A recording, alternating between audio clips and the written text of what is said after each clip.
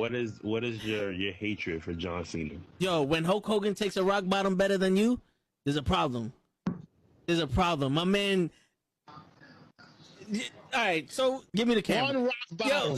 Yo, no, it's more than that. Show, give me the camera. I got the fucking camera. Kenny, I'm gonna have to do it for you. I'm gonna give you the whole spiel. He came out as a prototype.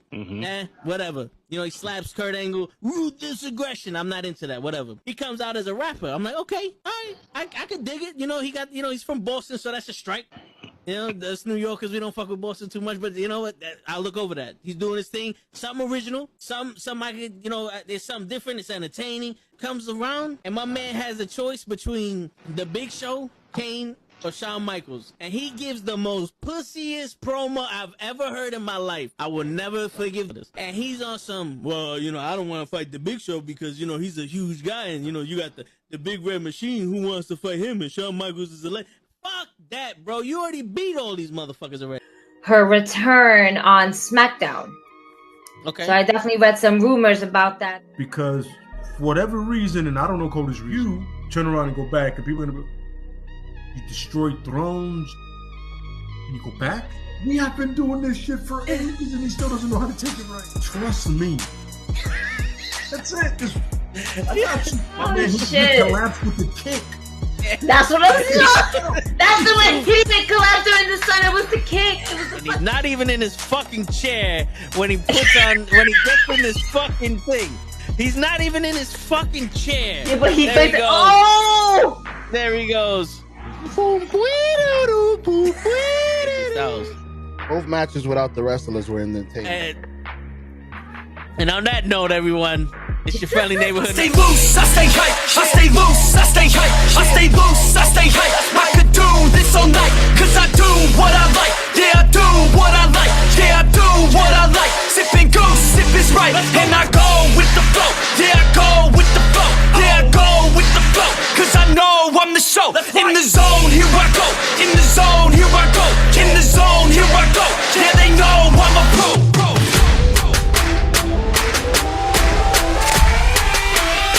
Let's go, let's go!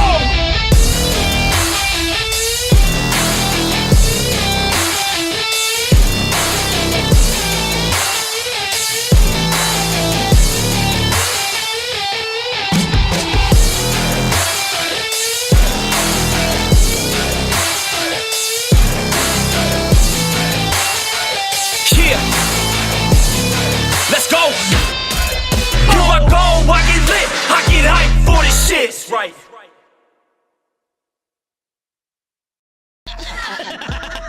Word. He be like, I got a left elbow and a right elbow. I can break your face with an any elbow. Make sure that you get elbowed in your elbow with an elbow. Got the arm bar, get the farm bar, get around with the bomb bar. Daddy's gonna take you to Jersey Shore. Yo, it's Thursday night, and you know what that means. It's Wrestling with Knuckleheads. We got Ray in the building. Gigi's on her way. We don't know what's going on with Show, but he'll be here eventually. Yeah, hopefully. He'll show up. He always shows up sometimes. Not another show will show up. That's why I'm here. See. Word. If it ain't Show, it's interim show. If it ain't the interim show, it's the pro show. Fuck it. We out here. We live. We doing our thing. There we go. What's going on, Mr. Loki? Yo, what's up, Mr. Loki? Yo, we had 23 hours of wrestling last Sunday with Forbidden Door. Bro, that show just kept going and going. It was a good show, though. Really good show. They formatted that shit right. Usually, it's like they'll go high and then try to go higher. It's like, wait. Our emotions can only do so much. Which is smart, though. Like, that's legit been my only complaint with those shows is when you do a long show like that and you kill the crowd early, it ruins the rest of the show because then we see it. If we're not there in person, you see it at home and it just kills it because it ruins a great match. Like, yo, not for nothing. If you watch WrestleMania 20, Brock Lesnar versus Goldberg on mute, it's a decent match. It's not a bad match, but the crowd killed that. It killed any chance of that match. It's not a long show. They just killed the match because they hated everyone involved. Yeah. Like, everyone was leaving. They're like, fuck you. Like, can you blame them though? Like, I mean, you book this match and you take away a major spot because Mania is always that's where everyone wants to work. Mania is the show you want to get on, and everyone involved is basically saying, "We're just taking the payday and see you." Like, I hear you, but it's also like, yo, this is our last match: Goldberg versus Brock Lesnar, dream match, WrestleMania. Here you go for y'all. Fuck you. Damn, son. Like, you know what it was? It's not a dream match at that point because it's like we were still seeing them as consistently. Yeah. Like now, let's say they never touched them. You run that match back. Maybe let's say when Brock had just come back, Goldberg was looking still a bit younger. Yeah. Then that could have been a dream match. It'll be like, yo, we never got to see this. Holy shit. Yeah. Back then, it's like we know both of y'all leaving. Yeah. Like, I mean, I was still hyped for it, and I was like, damn. Don't get me wrong. I was hyped for it. It's like that match was still great. And like this is one of those things I feel like if the internet didn't say shit, because it was still at those early stages, but that's how everyone found out. Oh, both of them are leaving. We already knew. Like the dirt sheet was already reporting it. People were already. Yeah. It's like if no one knew anything and they just went in knowing we're getting this match, it would have been great. Yeah. It's one of those where sometimes just enjoy a match for a match. Yeah, seriously. That's a problem I'm seeing a lot with wrestling is that everything's leaking. Like now there's a rumor that the WWE's thinking of having Logan Paul win the Money in the Bank. And in my head, it's like, yo, listen, in all honesty, that is not our fucking business. That is also, not our business. Know who said this internal conversation? Who was at that internal conversation? Because that person's getting fired.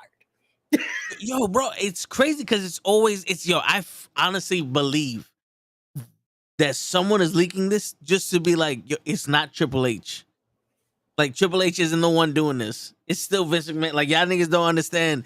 Don't love us because Triple H is in charge, but Vince is fucking it up. See, but the funny thing is this is where I always want to play devil's advocate just a little bit.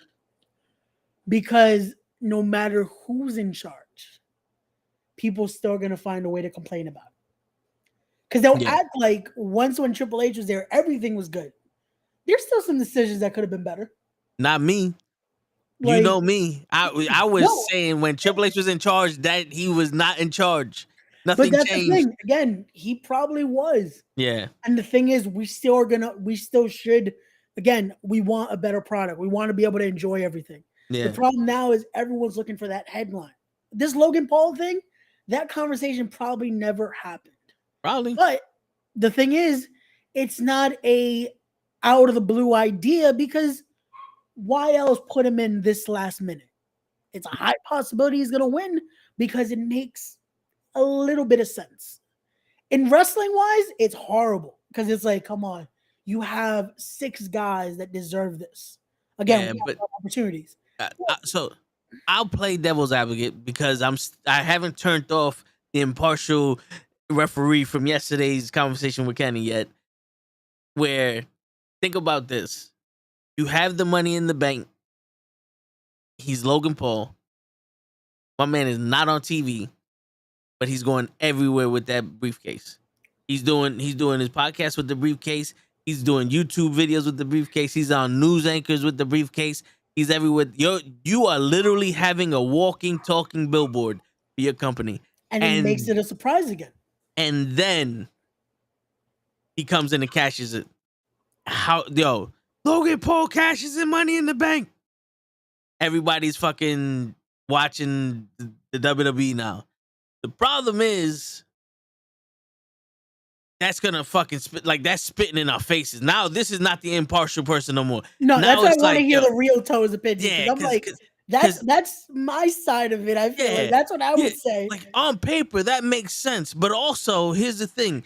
These guys have been making money hand over fist without any fucking ratings. They've been pulling in consistent ratings with shit that they've been giving us. You want to know how you get more viewers? You fucking make the wrestlers matter. You make the wrestlers matter. The Attitude Era was on fire because of Stone Cold, Steve Austin, DX, The Rock, NWO, Hogan, Hall, Nash. Not because of fucking Pamela Anderson, Lawrence Taylor, Mike Tyson, Dennis Rodman, Karl Malone, Jay Tyson Leno. helped a little bit. Tyson helped. Tyson helped, but he was there for maybe at most 45 minutes. Yeah, you know what I'm saying? Like, but it's the all of these celebrities that they're there to enhance, Yeah. but they can't carry a company. Yeah. All of those I felt like all of those celebrities were riding the coattails. They were like, yo, y'all niggas is hot. I want to be hot too. So let me jump on this. Yo, how can I get on this? That's what it was. For the most part, when you hear Hollywood viewed wrestling as legit a circus. But it was a profitable circus. Yeah. Well, the origins of wrestling back in the fucking day it came from the circus. Well, no, I'm just using that term. No, yeah. But of course, if we go down to it, that's why we say carny. That's why we say all this. Yeah. Wrestling is a circus. But for them, that's all they saw it as. It's not something that should be taken serious, even though it should be. But to Hollywood, it wasn't. It was just a cash grab. That's why a lot of these people were involved because they were paid very well. The problem is, again, they took it as, a one-off payday. That's it. Yep. Now, today it's a little different, but it's Yeah, and yo, not for nothing. I think this era of just society in general is hanging its hat on the promotion itself is depending on one person to promote them, when it's supposed to be the promotion is promoting everyone. Like the UFC, they're not doing shit, but Conor McGregor's always out there doing something, and he's a UFC fighter. Now the UFC's big because Conor McGregor is promoting himself. All of his fights cost a lot of money because he's promoting himself. Mayweather's promoting himself for boxing. Where the UFC should be promoting its fighters, because when they had him, Demetrius Johnson, Mighty Mouse, the best fighter in the fucking world, no one knew about him because they didn't spend a dime telling the fucking world that this guy is the best fighter in the world. Imagine, I'm sorry, I would, but imagine them showing the capabilities of Ricochet to people who have not seen wrestling in a long time. Imagine them seeing the manipulativeness of Rhea Ripley with Dominic, or the suaveness with fucking Damian Priest and Finn Balor. The masterpiece that the Bloodline is right now, promoting that shit. Showing like little clips here and there, the commercial. People like, yo, what is this? This is wrestling now?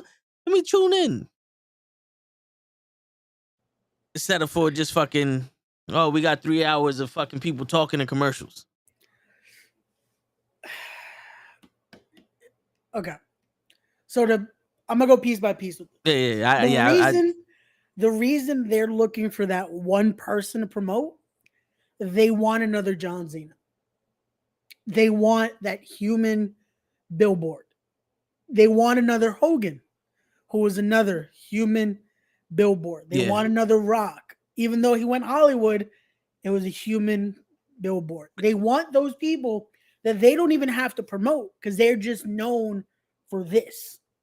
Yeah. And the issue is we're at a time now where we need everything. Roman is there. Roman's a guy that transcends just wrestling. But you need more than that.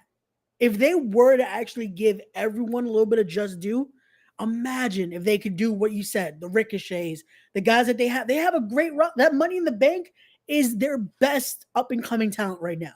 Yes. Outside of Nakamura. Nakamura has been the guy for a while. Yeah. For a lot of promotions. Wherever he's been that guy. WWE, again, just needs to let him be Nakamura.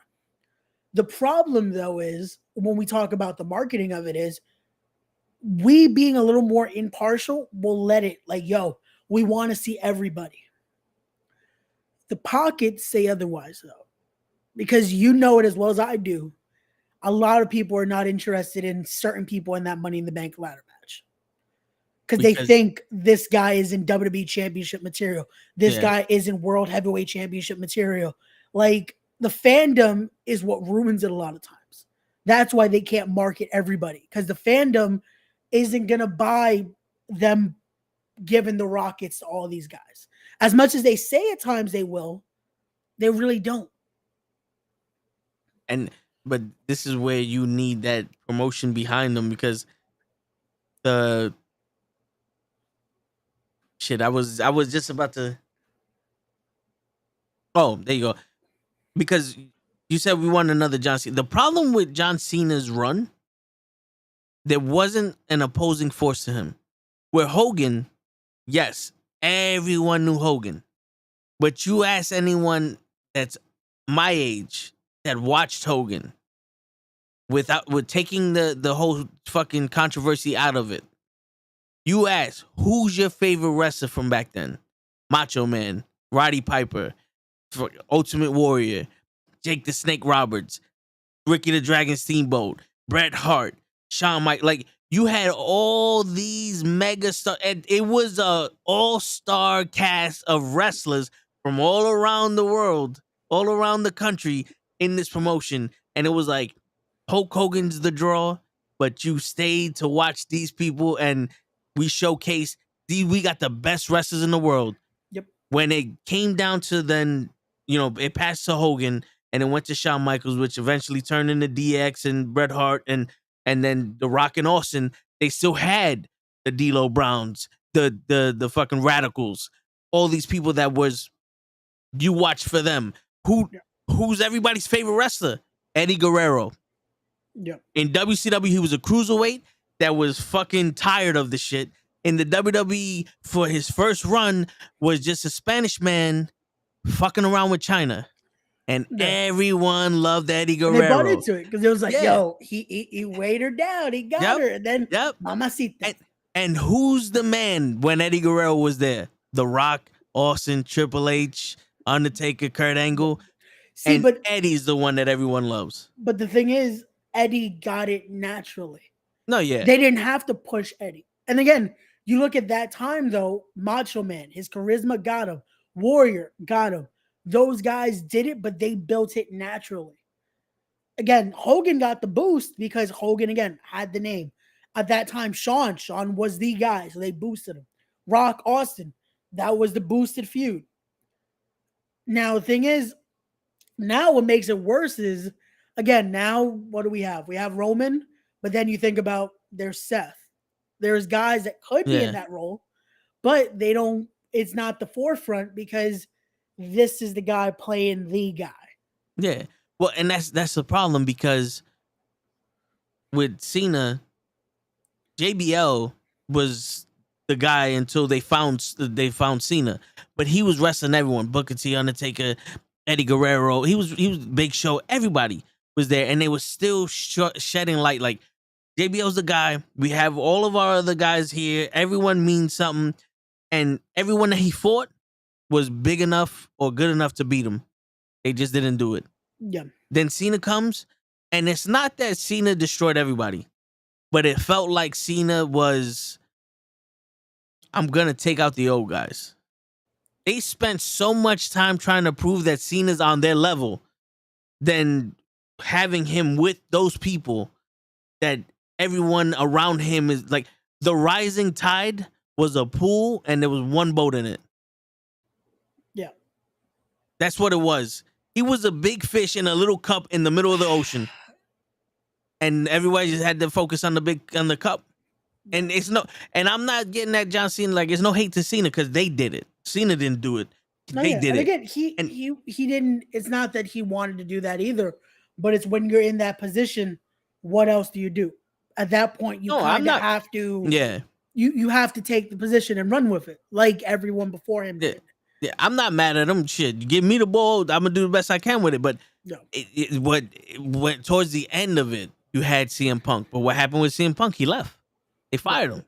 You had and that was the only guy I feel like that would have been perfect to take it from there. But again, also during Cena's time, though, even though it's not as long, but you had the time where you had Edge, you had Randy. They were still a part of that too. That's true, but it's not like when the 80s where it was always Hogan versus $1 Million Man, but we only saw it every 3 months. Yeah, with When them, we saw see when we see Edge versus Cena every month for a year, it's like, okay, bro. That I never understood. Like, don't get me wrong, because I'll show my age. That was for longest, that was my childhood.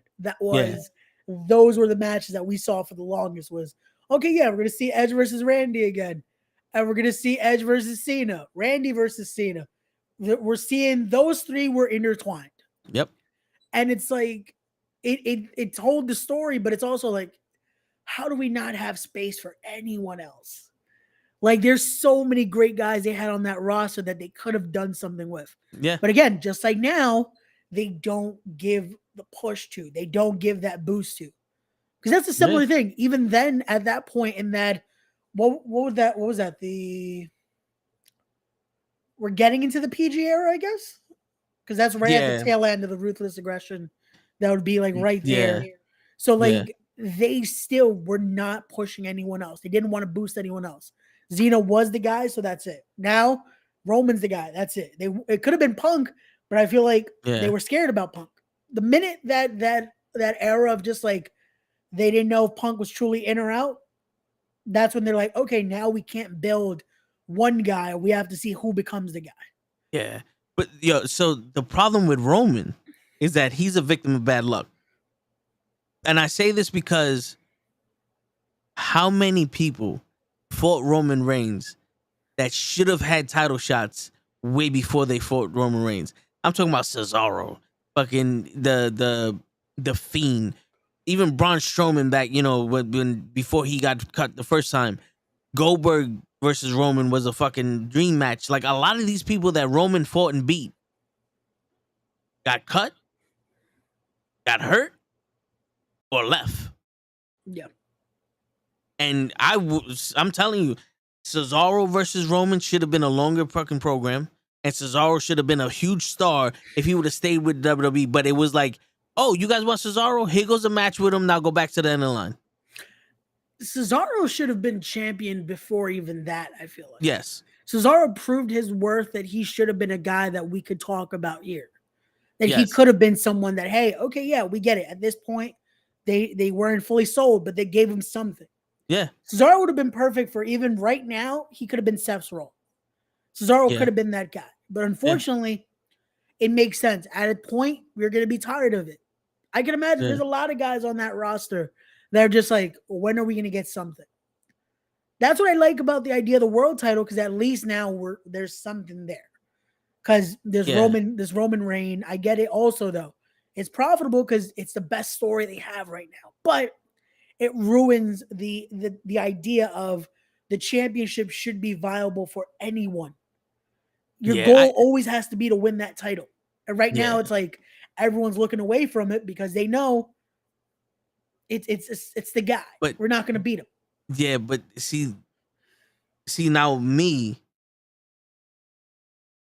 growing up in the era I grew up with, Hogan very rarely defended the WCW title.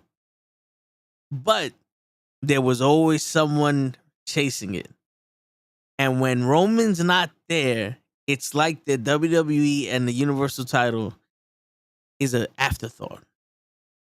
No one's sitting here going, I want Roman Reigns. There should be a group of people that want Roman Reigns, that want that title, and fighting each other to earn that title. It shouldn't always be acknowledge me and someone's music plays. And, oh shit, here goes someone from 1962 that Roman hasn't beaten yet. And he's walking in and getting the title shot. You know what I'm saying? Like, this should be, fuck all this shit. You got too high. Like, I could whoop your ass. Because Roman is bringing up the Usos. Jay is money right now. Despite what anybody wants, Jay is money right now. Jimmy is turning into money right now. And they're going after Roman. But where's that next threat? Where is that guy? Because there's no one that's like, oh, Sheamus could have been a guy that faces Roman for the title before he even fought Gunther. Because he proved he still got it when he fought Gunther in SummerSlam. Or no, after that three-way, after WrestleMania's three-way, I would have had either one of those guys could have been in there with Roman. But again, they're not going to push that because it's like, oh, we still got more to do over here. Yeah, and it's like, even though he's not there, doesn't mean he doesn't exist. We need those people that do that. We need Austin Theory to step up. Because not for nothing, bro, you should be talking so much shit about the fact that you're the only champion on that show. That could have been his whole thing right now. Because especially, I almost forgot he's still U.S. champion right now. Yeah. Like, he's still holding that title. He beat Xena and did nothing with it. Yep. This should be his thing. He could have used this draft right now and been like, forget the little flip-flop with Bobby and all that. Just go back into, hey, I beat John Cena. And now, fresh start on SmackDown. Beating the champion. That could have been his first promo. I'm going to be a champion that actually shows up every week and defend my title every week. His opening words on SmackDown should have been, "You're welcome. Now you have a real champion on your show." That's it. That's it. Because my accolades say, it's like when Brock Lesnar beat Undertaker and Paul Heyman just turned around and he put the 1 and 21 and 1. My client Brock Lesnar beat Undertaker. He should just turn around. I'm the real champion because I beat John Cena. I'm a real champion. He could have even said that. He could have said, I've already beaten one of the part-timers and I'm going to prove to be better than your current part-timer champion. Yeah. He could have gone straight there. Yep. And Mr. Loki's comment, that shouldn't have been the thing. Right now, just because of how much he's there and Roman's not, the mid-card title doesn't exist. That U.S. title should have been better right now. There should be no one that's mid-card when Roman's not there. In all honesty, I feel like Roman is in a position where boxing and MMA comes in. Because you have that guy that's like, yo, this guy's tearing everybody up. And when he faces the champion, he gets outclassed. It's like, nah, there's levels to this shit, son. Like, there's a reason why I don't fight everybody every day. Because I'm too good for y'all motherfuckers. I'm waiting for a worthy opponent. And then you have Austin Theory talking shit. And Roman's like, who's this guy? Like, who? Come on. You know, like, I'm just waving him off. And whenever you want to step Austin Theory up and give him that opportunity to be champion, now we got that feud. You've been ducking me this whole time. Let's see if there is levels to this shit. And the perfect promo could have been, now you're in my spot. Because I've been the guy. Yeah. Now you want to claim your spot again? No, this is my spot. Yep. He could have worked it because he's been there. He's been the defending champion. He could have been the guy saying, I was making this the must-see show. And Roman could have did what Cena should have done. Wait, Roman could be like, well, you just made the biggest mistake of your life, son. You got my attention. You know? Not that you're not good enough. No. Fuck it. You made a mistake. And I'm going to show you why at WrestleMania. You know what I'm saying? Instead of for just like, you suck. And they're forcing me to wrestle you. Yeah. Got a promo on that. Because it's like, again, even if, unfortunately, Theory still loses to Roman, you built him up that it doesn't kill him. Yeah. If you would have lost to Xena after the promo they had, Theory's done. I think it would have, like, he would still be just a mid-carder. No, but it proves, okay, so he wasn't ready. He's talked all this about he could beat John Cena. He was going to be the next John Cena. The one time he gets a shot, he loses. Yeah. So and it was a bad match too. So it was like, if he lost the bad match, that would have been double whammy. Yeah, because then everyone starts saying, oh, so it was on him. He made it a bad match. Yeah. Like, so it's one of those, again, it's that situation. It's the right partner in there. And right now, this storyline with the bloodline and all that, it's great, but are they going to be willing to pull the trigger on one of the Usos being the one to dethrone him? I would. We all would. The thing is, are they ready to do that? Because at this point, it only makes sense for it to be Jay. Because he's been the guy that, little by little, was the one that was rebellious against it. He was there. Him and Sammy had that thing. It only makes sense. But I don't know. And then this Money in the Bank thing. This is one of the reasons I hope it's not Logan Paul. Yeah. Because you can now do the proper closure to that storyline is because they really, to dethrone it all and to be the reason Bloodline has to take down Bloodline, you have the Usos be the reason Roman loses that title. Even if they're not the ones that take it away from him, Jay isn't the one that beats him for it. They're the ones that finally make it all collapse. Yeah. Or shit, have Solo be the one that makes it all collapse. That he's like, help me finish the guy. And he takes him out. Yeah. What's going on, Kofi? We live, baby. Yo, what's going on, Kofi? Yo, because, my mind runs stories after story, like angle after angle. So I'm thinking, look. The smart thing to do is have the tag team of Solo and Roman versus the Usos start the show. Why? That way you don't have to worry about anybody cashing in when Roman's hurt. So then the Usos come and take that fucking briefcase like Brock did. And now Jay got that contract. But or you can have it where it's the main event. Roman oversteps and Solo goes with his brothers. And whoever won that briefcase now is coming out. Okay. That kind of just gave me an interesting idea, but I doubt it's gonna. Yo. Yeah. At the Mets game? Ah, damn. About to watch the Mets lose. Word in the Queens. And not a bad turnout. Not a bad turnout. Word. Yo, one of my coworkers is at the game. If you see it, tell her I said hi. You can't hear what you saying right now. Good, because I'm not saying nothing important. I said one of my coworkers is there. If you see her, tell her I said hi. I got you. We just had to stop in and say hi. Yeah, that's it. Enjoy the game, y'all. Have fun. Rabbit. Enjoy the game. Have fun. All right.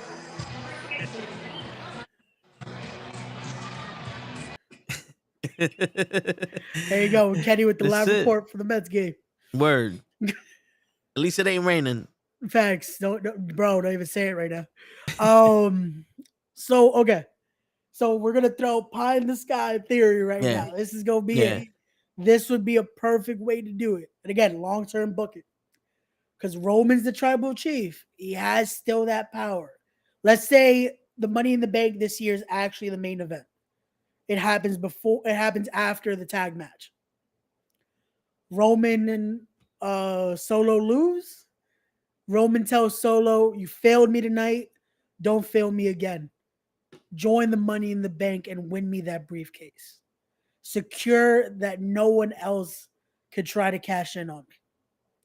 Solo wins the briefcase, but then we start planting the seed of, is Solo going to cash in? Is he going to actually be the lapdog still to Roman?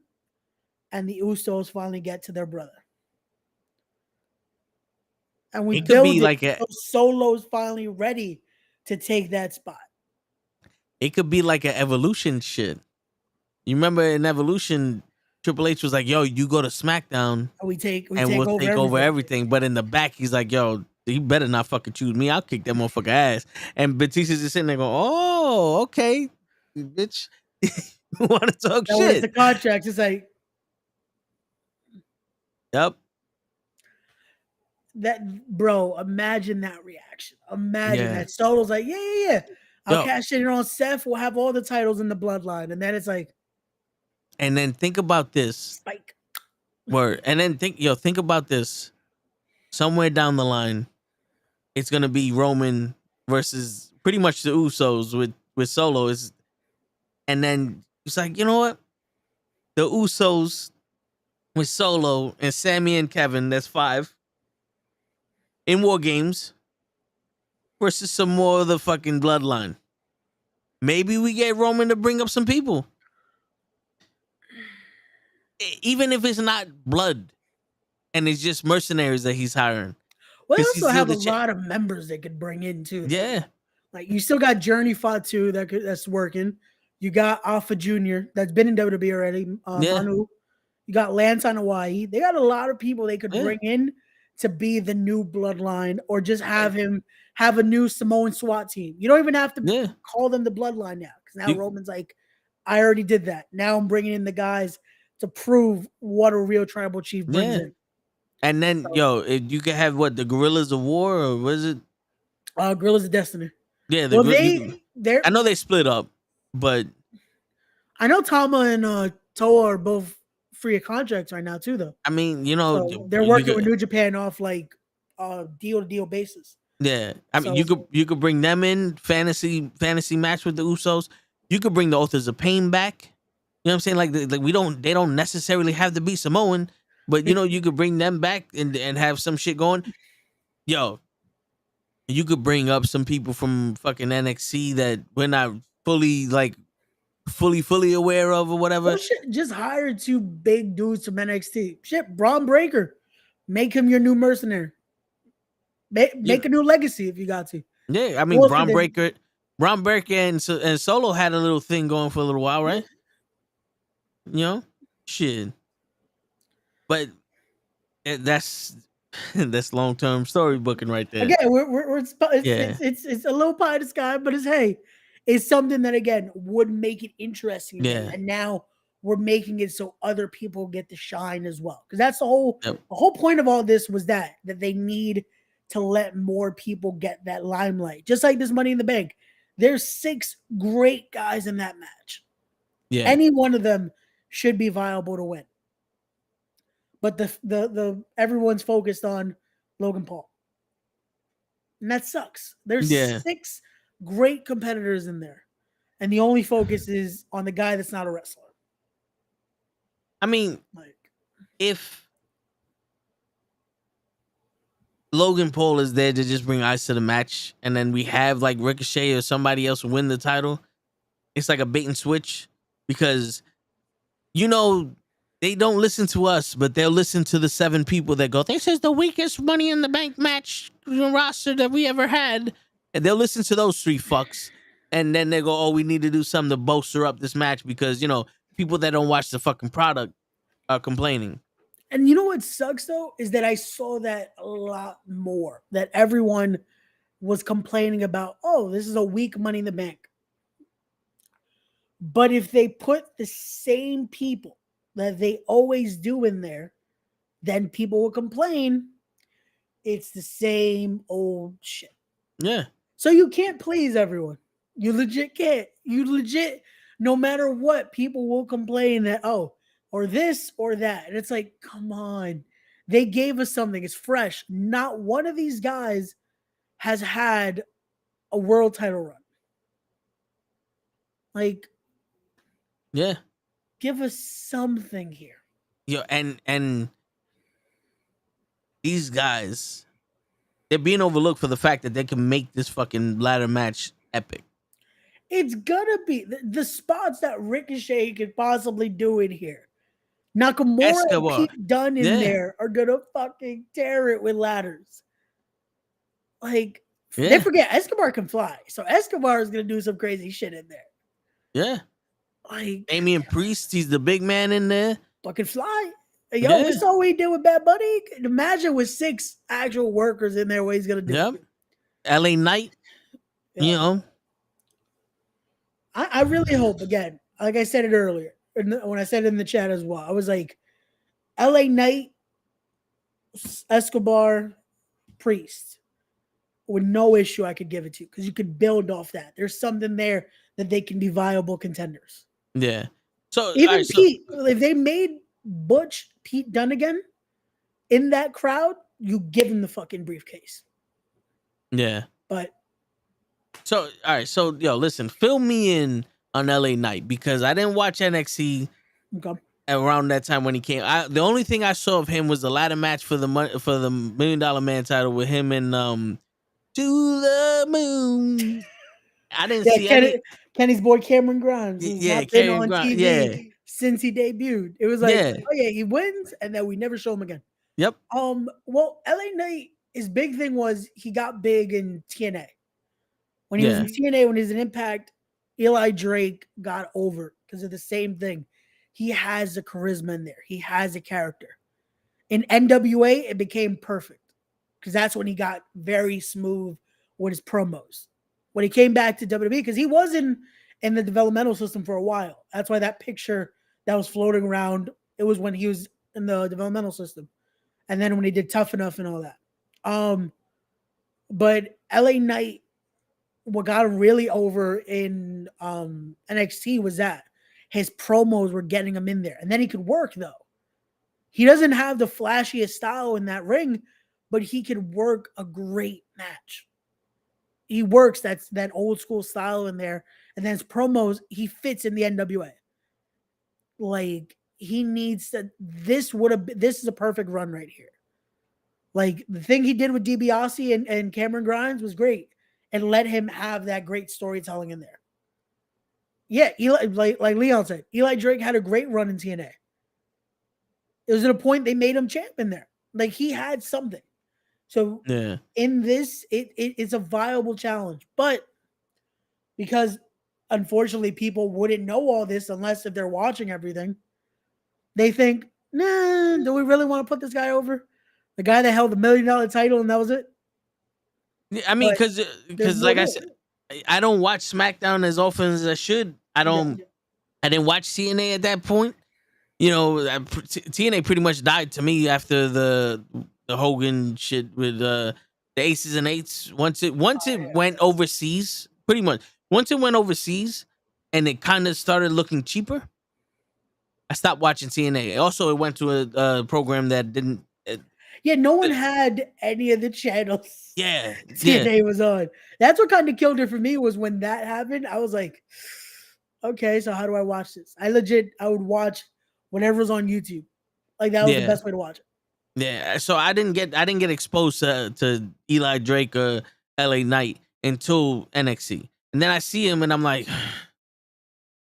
and to be honest with you, it turns me off more when I see Ya and everyone in the world talking so much hype about him, and all I'm hearing is I'm like, to me, the worst part is that's what got him over. Yeah, just so that that's why I'm like, phrase made it more. Yeah, so I'm like, I don't. Toe's the opposite. Toe's like, oh, I haven't. Every time LA Knight would say, yeah, Toe's like, no.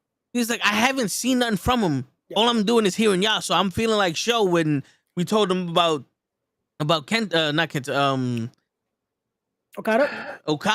and then he sees the 4-way match in the first Forbidden Door, and he's like, this is your champion? You know, so I'm looking at him like, that makes sense though. Again, if you don't get to see the come up, and then it's like the one time you see him, it falls almost short. It's like, okay, but no, LA Knight has shown he can work in that ring too. Like, he's had great matches. Those matches with Cameron Grimes was great. His run in NXT got to show him a little bit more in the ring. Again, he could show it. The Max Dupree run almost killed him, I feel like. Yeah, because it's like, that was stupid. We know there's something there. We know he can do it. And then you hear, I don't know if you listened to the interview he did with Chris Van Vliet. He legit thought they were going to fire him. Yeah, I saw TikToks of it, so I get it at pieces. I get the interview in pieces, but I wasn't big on him. But when they made him Max Male Model dude, I was like, for what? No, that's what I'm saying. That run legit killed him because it was like, he could do more. Like, people knew already. They would always say, yeah, because the whole thing was dummy. Yeah, that was the Eli Drake thing. Yeah, and then for WWE, they cut it down to yeah. All right, we got to do this. It was a special request. Yes! I got the horse! Yes! Fuck you, Manny! No. GG for the show. No. Now we got the show S. We have show, interim show S. There we go. There you go. What's up, you guys? Yo, Not what's much. going on? He's filling me in with LA Knight because Yeah, I'm trying to build LA Knight for him so he can see why we want him to win Saturday. Absolutely. When it's really just anyone but Logan Paul, but we wouldn't mind if it's LA Knight though. yeah. Word. But LA Knight can do so much with that briefcase. I'm starting to see it, but it was like I told Ray, I didn't watch anything from TNA because I couldn't see anything. I wasn't watching NXT when he was there. I just saw the ladder match with him and Karrion Grimes. So all of y'all just talking so much about this guy, and I'm like, I felt like Show with Okada. I saw the Fatal 4-Way at Forbidden Door 1 and said, "This is your guy." Like, what the fuck is this? So the little bit I saw was like, "This is your guy." So I'm like, you know what? Everybody's high on him. I want to know why. I didn't get to see him. Money in the Bank's my first actual introduction to this man in the high stakes situation. Okay. So, but when we get into Forbidden Door, I got 2 questions I want to ask y'all about 2 other wrestlers. But yeah, we can keep talking about this though. What's going on, Gigi? Chilling. Vin Diesel's just passing down my block right now. I got my NATO shirt on because we're gonna talk about Forbidden Door. Right. Shout out to Nerds Clothing for this one. Yeah, man, it's a lot. There's a lot to unfold. I'm coming in clear, super clear, and I'm not glitching. So I'm still, the horns play. That's right. You damn right. Man, it was just a really fun weekend with Forbidden Door. It didn't feel like we were going all the way into Wednesday. But then you also have to remember that one match was taken away, which was Adam Cole, baby. Yeah, that's true. But I don't even know that if that match had taken place, if the event would have went longer or if one of the matches would have went shorter. It's either or, but I mean, it's Adam Cole. So, they're just going to want to give him his TV time. Everybody got their moment to shine at Forbidden Door. Some predictions that we made for the majority of the part were spot on. Yeah. Even though Ray was too drunk to realize that I picked Orange Cassidy and not Daniel Garcia, but it's all right. Listen, he fucked up at least on 2 or 3 of mine. Like, I know, I definitely sent them that Tony Storm was going to win, and this man puts Willow, and I'm like, I'm not even mad that he put Willow because it's Willow. The amount of times I switched that graphic the next day because I was like, yeah, I can't make graphics while I'm drinking because fuck.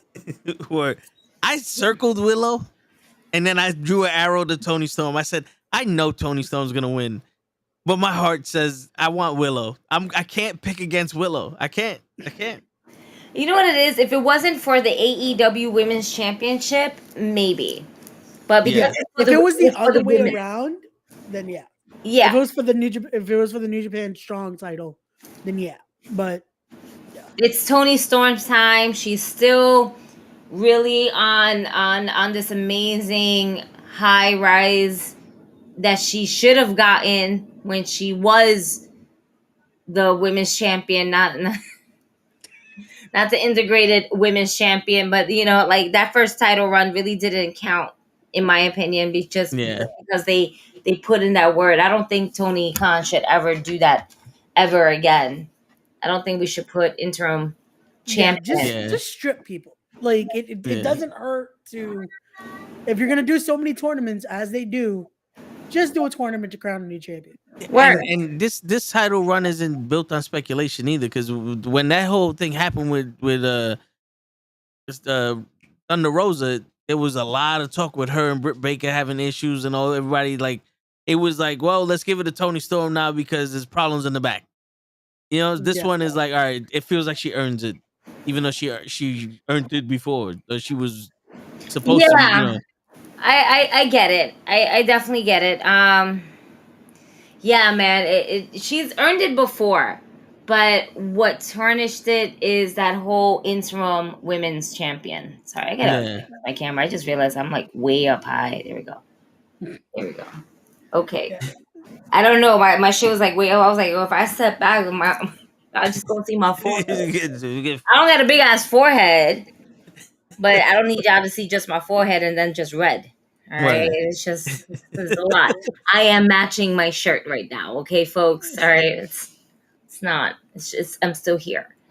You can tell Gigi's not used to not seeing the blur because she's Yeah, she's she can see she's it trying to bop the so camera clearly that it's like, okay, so this is what trying to. She's like, is it true? Man, would have been different with my blue hair? It wouldn't. It wouldn't. I mean, it would have. I would have blended in with the background instead. But it's okay. I got a red background in my bedroom. That's where my photograph takes place. I got a nice color wall for almost every room. All right, just got to switch it up a little bit different from the next. That's it. Yeah. Shit, it sets the mood, you know. It does. It definitely does. Before we get into Forbidden Door, can we talk about the face smash? Yo, From Sting? Like that was. I had to keep rewatching because when I saw it the first time, I was like, "Yo, Sting broke his legs," because I could have sworn he landed standing, and I was like, "He's done." Like I was like, "Oh no." I didn't even notice that. I just saw him bite that table. No, I didn't notice that at first. I thought he face palmed after, like he landed and then just collapsed on the table. That's why I was like, oh, he broke his legs. Then you watch it and it's like, no, he still kind of lands, but he fucking goes face first. And it's like, oh, well, there goes his tooth. He Cesaro'd that shit. Yeah. It was like, ugh. And you see him like he hits and he goes grabs it too. He's like, "Fuck!" He's like, "Fuck!" Because he probably I can imagine he thought it went through. Yeah. So he's probably like, "Is it still there?" Like, oh, fuck. Yeah, he sure ain't gonna be happy for a while. He ain't smiling no more. He's gonna have to paint the smile like he used to in TNA. Yeah, paint the fucking Joker smile on there. My brother was saying, because I saw the replay that you see on Instagram. My brother was saying they set that shit up for Darby. They didn't set it up for Sting. Yep.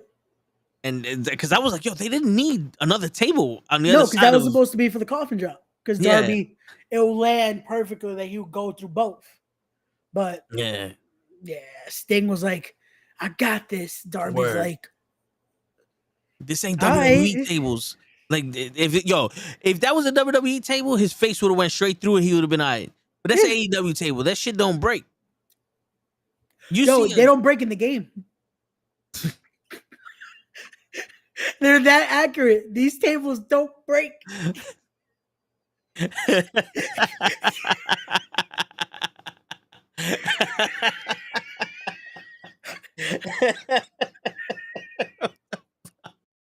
Yo, why are they going to they're reinforcing the tables for no reason? Yo, I thought Japanese tables were bad. Nah, AEW tables. AEW tables are terrible. Like, I thought Seth Rollins was bad to Sting, but these tables are going to be the death of this man. Goodness gracious. Seth Rollins what possessed Sting? What possessed Sting to set up these tables so far away from the fucking ring? If he had some type of a distance and flight. Listen, that distance for Sting and his age is still very impressive. I'm not taking anything away from, but y'all know for a damn fact that those tables were way too far from that fucking ladder that was set up inside of the ring. Yeah. Okay? Yeah. Darby should have been like, bro, you're not going to make it. I'll make it. You won't make it. It's like Toe said, those definitely were set up for Darby. And then Sting was like, nah, I got this. And it's like. So do we feel like Sting just took it upon himself at the very last minute? Like, I'm going to do this. you chill? Or is that obviously played out like, hey, this is what we're gonna do. You're gonna pretend I'm gonna go, and then I'm gonna stop you, and then I'm gonna go. You know, that's essentially what he did. Yeah, he probably thought, you know what? They're clowning me because of the spot on at the pay-per-view. I got this. I'm gonna take the spot. That's what it looked like. Yeah, because remember, it looks like he was supposed to move and kind of didn't have time. So he's probably like, nah, I'm going through this table. Like, yeah, face first. Yo, that you saw him at I had like you, Ray. I rewinded for a bit and I was like, yo, what just happened? Oh my God, was it his leg? No, it's not his legs. He's just grabbed his face right now. And I was like, what just happened? Then we see the blood. yeah. Then we were like, oh.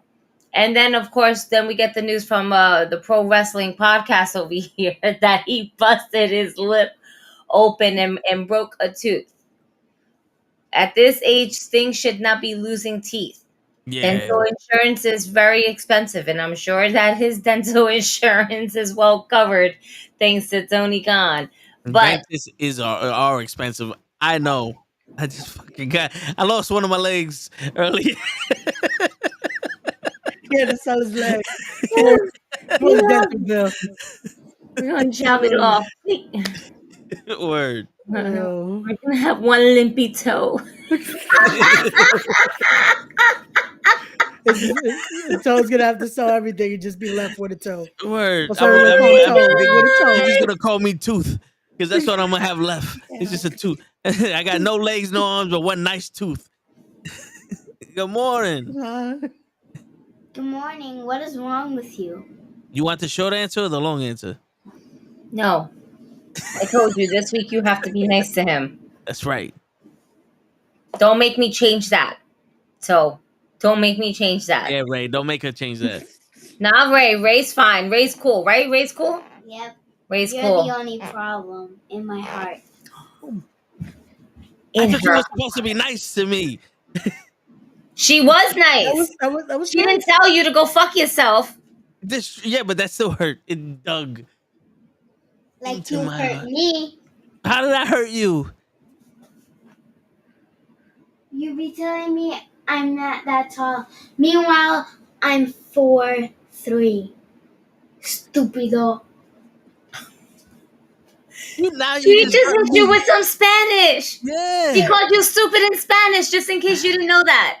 I know. Are you? I've been told Just making sure. language. She called you stupido, so I didn't know if you were stupid enough to understand that. Concha. You know something? Wait, that one. You made him leave. That's it. You made him leave. You look. He's gone. He's gone. Hey guys, so welcome to Wrestling with Knuckleheads with Ray, Gigi, and the one and only Raging Riley over here. With no toe. With no toe. Hey. With no. Don't do it. Please don't. Yeah, don't do that. Because if you fall backwards on anything, yeah, you're gonna break mommy. You're gonna break yourself. I'm gonna break you before you break everything in this room. You can bump me all you want. Remember, I'll put the pillow over your face. Remember, you're on my foot because your name is Toe. So if I get hurt, technically you get hurt. So good luck with that. I don't think the science works like that, my love. Yeah. No, science doesn't work like that. Because he's not small as a toe. I know he's not small like a toe. We all know that he's not, and he's stubby as a toe too. It's okay. Wait, no, that doesn't work. No, it does. Ma'am, off to bed. It is 10 o'clock. You have to wake up early in the morning. Ciao, bacalao. I will be with you in 2 minutes. Thank you. And that's how mom gets it done. Word. I just didn't want to say that too loud because then she's going to come back here. So, shh. Yeah. I'm scared too, man. It's been the buried. I'm scared too. Yo, you just got buried by a little girl, son. Like Every week. Every week. Every week. Oh man. She asks me, can I tell him F you? No, not this week. We can't do this every week. Word. Every other week is fine, but every week we cannot do. So oh no, and I can't. She can't even, I don't know if she'll do it next week. I don't think I have her next week. So you got lucky, so 2 weeks in a row. You got lucky. Word. You got lucky. That third week though, she's gonna come back with a vengeance. Oh man, stronger than ever. It's gonna be a whole podcast to just fuck you, Toe. Yo, bro, this Big Cousin witnessed it. Shut the fuck up. Because and Chris Barton. I love Chris Barton. Shout out to him, man. That ass. Word. He was like future world champion. He knows. He knows. He fucking knows it. Oh, Y'all know it. Wait until she turns age. She's going straight to Fallout. That's it. Word. Getting trained by the best. Word. Get all that energy out of her because my back ain't what it used to be. Get chased by a little girl in front of all these fucking wrestlers. Yo. Mimi? Okay, cool. Go. Thank you. I get Sting, a grown man that can make his own decisions, but that was needless to especially after Guevara almost killed him twice in one match on Sunday. Word. Sammy Guevara, no, to be fair, I do believe that Sting was not supposed to take that bump that he took on the table when Sammy Guevara just did that, what was it, the 450 splash? Yeah. No, he did a 630, and that's exactly why. He gave him enough time. And he was taunting. Like, you could tell the camera's on him for a little bit. Like, Sting should have already been off the table. Like, he should have been, like, right here already. That it's like, it's still believable that, oh, he's going to hit him. But he gets right off. Like, I think even Sammy, you could tell he's like, oh, he was still there. I kind of believed him when Jericho was like, jump on him. And Sammy did the, nah, man. Why you want me to do this shit to Sting? He's jump. He's like, fuck. All right. Meanwhile, Sammy's like this. Don't be Seth. Don't be Seth. Don't be Seth. He's gonna move. He'll definitely move. Why do I feel a sting underneath? He's gonna move.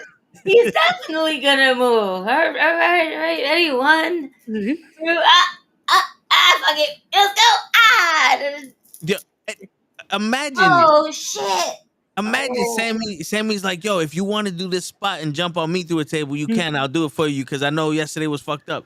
Sting's like, all right, cool, fuck it, I'm gonna do it. And then Sting bashes his face through the other table. It's like, yo, bro, you cannot win at this point. You are losing to these tables. BRB, guys. You know what? That's it. We need Sting versus the table at Rampage. Word. No, at Collision. Because Sting is having collisions with these tables right now. Face first, ass first. Like, word. Oh, man. But yeah, you could tell, though, Sammy was very, like, he was hesitant on doing the spot. Because, again, no one wants to hurt anybody. But, I don't know, man. But the funny thing was, Sting looked like he was fine, though. He was up before Sammy was. Sammy's still selling. He's like... And Sting's already in the corner. We're like, wait, you just went through a table. He's just already there, like ready to go for the next spot. It's like, because I think, if anything, Sting is a tough motherfucker. Like, because I'm pretty sure everybody knows Sting's situation, and they I don't want to say baby him, but they give him enough consideration. Hold up.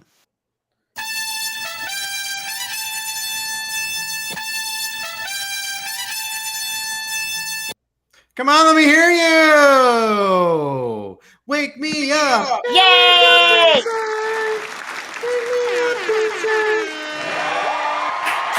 Come on, get stand up. You in the back. I see you munching on the fucking popcorn. Stop. It is freestyle time with the Pro Show. I wasn't prepared for this. No, get me off camera. It's too late now, show. No, we got to get off. Get me off. All right, I got you. We'll get the interim show to cover for you. I'm already here. I already covered one part. That's it. But you wasn't late though. I wasn't late today. No, You can't just throw that on people, man. Like, What come you on. talking about, bro? You got the bars. This is what this show is. Yeah, this is what we do. That's a social death sentence, man. You want me to spit bars willy-nilly? Yeah, man. Come on. You still got the beat going too. Yeah, because I'm waiting. He's gonna give me some inspiration. I thought we were here to talk about Forbidden Door. You don't want to do this rap shit no more. I don't want to do this rap shit today, man. We got interim show and pro show, but no show that shows up late, even though he goes. Said he gotta leave early, but he shows up late. Every time that he comes, he wants to show up late. And then we're gonna do some shit, and he shows up late. Had a nice date with his wife, but he showed up late. That's why we call him show, because he never shows up on time. Interim, it kind of rhymes with another person, and my flow is too fast for the beat, but it's alright because I move my feet. Come and shake your body, baby. Do that conga. You know you can't control yourself any longer. All right. And on that note, good night, everybody.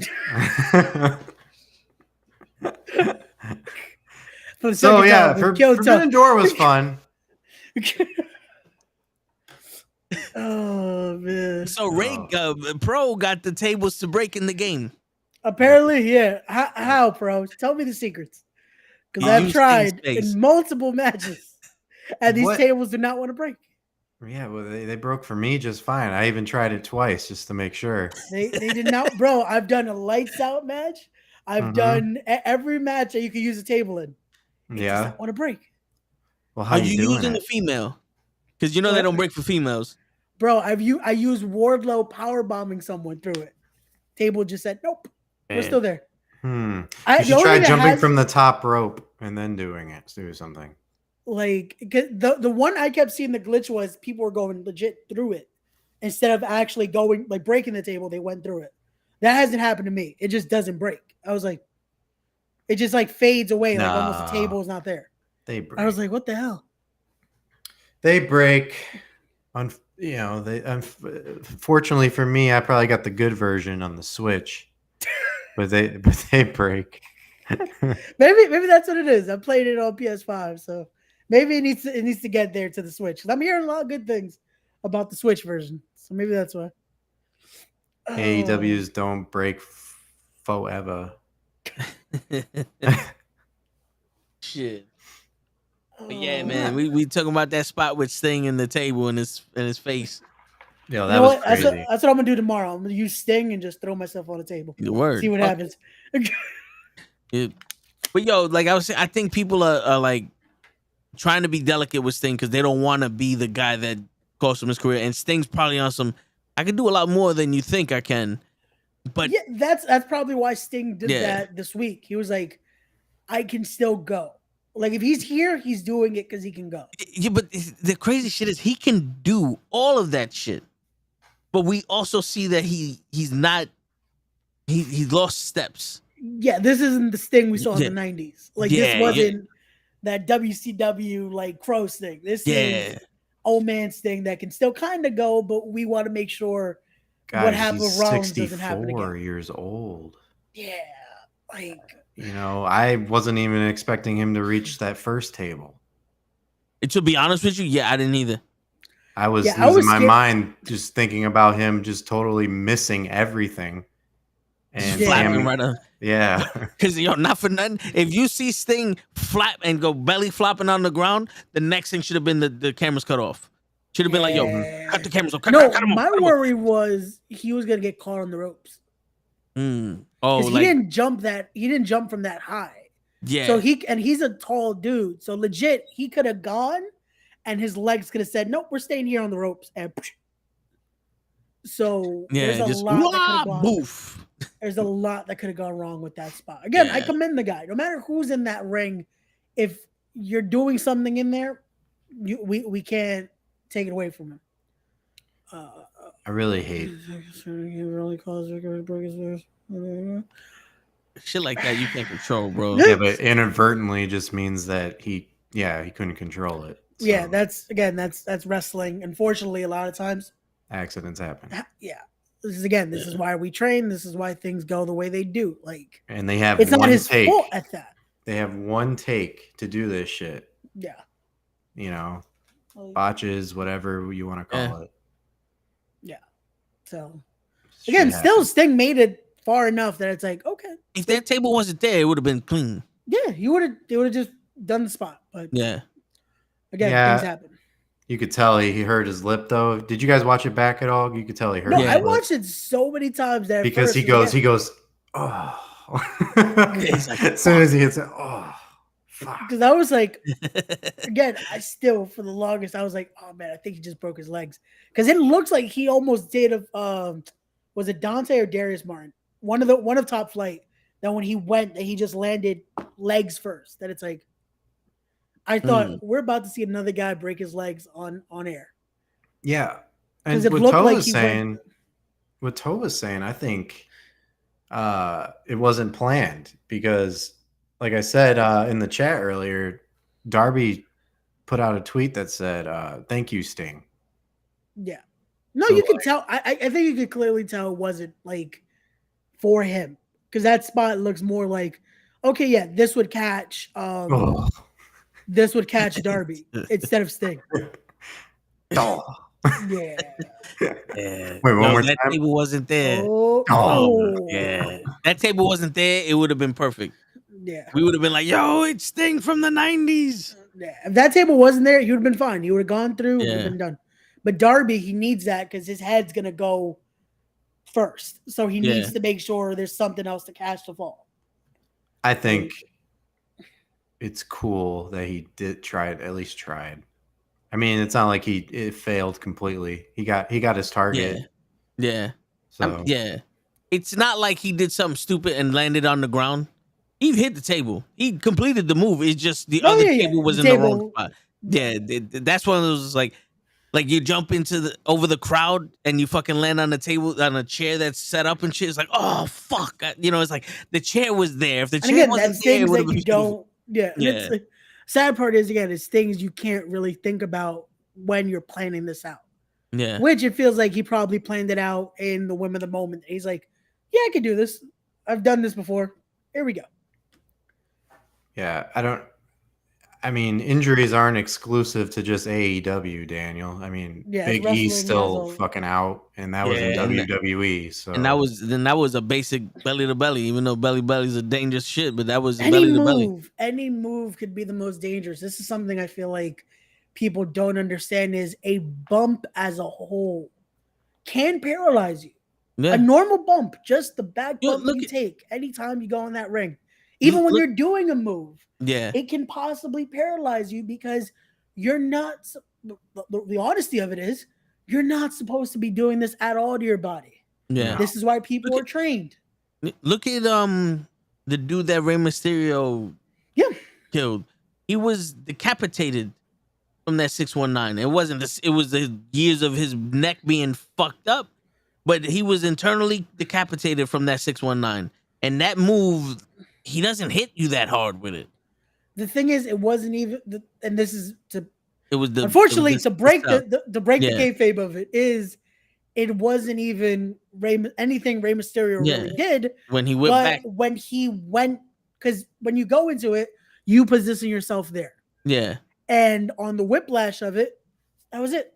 Yeah. Because that's why even when you see it back, Ray does the kick over, which he usually does, and the guy doesn't get touched on that part. Most of the time, you're already bumping away. So Ray's like, wait, why are you still there? So it's like it's one of those where, again, this is why people are trained, and even when you are trained, something like that crazy could happen.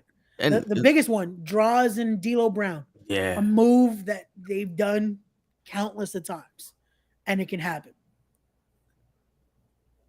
But Daniel, this again, it's not even just an AEW WWE thing; it's wrestling. You're gonna AEW is not needlessly dumb or careless. They're just as careful as any other fucking company out there. I don't know why we're attacking AEW all of a sudden. It's the only thing. It's not a whataboutism. It's an actual fact you know, actual injury that fucking happened. I'm not using it as a defense. The only thing I saw that was legitimately stupid was Sammy Guevara spearing Matt Hardy off of that crane. Yep. Because that was one of those, okay, Matt Hardy literally just landed on the fucking concrete. Oh yeah. His head just that was like during the pandemic, if I'm not mistaken. Yes, that's when it was. But then you could use like Kurt Angle throwing Shane McMahon into a plane of glass, stupid too. Like, and they both time. They both admitted that it was a stupid spot because no one decided to question, is this the glass they need? Yeah. And again, it happens though. You plan it out. You can plan anything. Is it going to happen the way you planned it? Probably not. But that's wrestling as a whole. So again, no matter what company you're in, no matter where you are, anything can go wrong. Again, the most simplest of spots have gone wrong. I've seen it. I've seen it in person. One of my best friends in wrestling, legit, has done a moonsault countless of times. He did the moonsault just like he's practiced, just like he's trained to do it. Legit snapped 2 things in his leg on impact. Yo, bro. It happens. Wrestling is not the safest sport. As much as we train, as much as we do all this. And just like any other sport, though, anyone could get injured at any time. Yeah. We saw this past year, a guy legit died in the middle of a field and was brought back. Again, sports, this is what happens. This is what a lot of people sign up for, though. They know the risk. You never want it to happen. Yeah. So let's not put the company versus company. It's just, this is what happens. Yeah. Like, that's all I'm talking about here. Like, come on. Yo, and if one Hayabusa did a springboard moonsault, paralyzed himself, and then died in the recovery. You know, yeah, he died from that's another case that it's like, bro. And again, it's something that he did so many times and did crazier shit, and we've seen that people have done. It's never the crazier spots. No, they don't. I don't. Daniel, what other thing in AEW has happened though? Yeah, the word that you're using is carelessly. Yeah, that's what I don't get because again, it makes no sense if you can't show me where this happened carelessly. No one is doing this on purpose. That's why we started off this with. Yeah. No one is doing this off of, fuck it. If it happens, it happens. Yeah, because the thing is, it's like Jericho fell off of the cage onto a huge ass mat. We all saw it. Sammy Guevara fell off the cage on the same ass mat that was underneath the fucking announce table. You know what I'm saying? Like all of these moves are safe. He's doing a splash, just spinning 3 times in the air. It's still a fucking splash. Sting is still taking it the way that he would have if he just did a Samoan splash on him. Yeah, there's no way to not dive on him. Prep for it. It's the same. It's the same. It's the only issue with Sting was that other table was there. Yep. And that wasn't careless because that was set up for it. It just happens. Yep. Like the WWE, Shelton Benjamin and Jeff Hardy standing on the tippy top of the highest ladder we've ever seen in our lives is careless because you can fall off because that shit, you're not supposed to stand on that part. There are warnings, do not stand here. And they're doing flips off of that shit. That's careless. And that's happened in WrestleMania. Yep. They didn't dry the fucking stage at WrestleMania and Mandy Rose busts her ass. What if she'd have broke her ankle there? And again, that's nothing. That's a crazy risk. That's something where she was walking. We've seen it in anything. It could possibly happen. I'm just like Daniel's like freaking thing over here. Daniel, get a hold of yourself, sir. Yeah, just like I put you in your place so many times on this podcast. I won't mind doing it again, bro.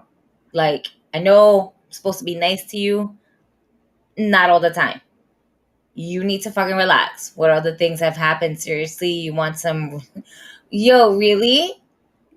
Go ahead. Show me a reel of all the dumb shit they do because apparently Daniel, it's just AEW exclusive. Daniel, this is the risk that wrestlers signed up for. This is what they do. They know the risk that they take. You can't just say, oh, it's dumb because AEW is doing it. AEW allows them to be a little bit more creative when it comes to their movesets. It's nothing dumb about it. Accidents always happen. This is what's part of the business. You're too so focused on being like anti AEW right now and what they're fucking doing that you can't even fucking take an appreciation of what they have been doing. So do me a favor, Daniel. Shut the fuck up. Shut the fuck up. Oh, all right. Shut the fuck up. Thank you. Yeah, and also, it shouldn't be AEW versus WWE no, it shouldn't. Because you could sit there and say, yeah, sometimes they do careless shit like with Ty Conti and Anna Jay, or when she broke Ruby Soho's nose doing that move with Sammy Guevara and all that. Shit happens.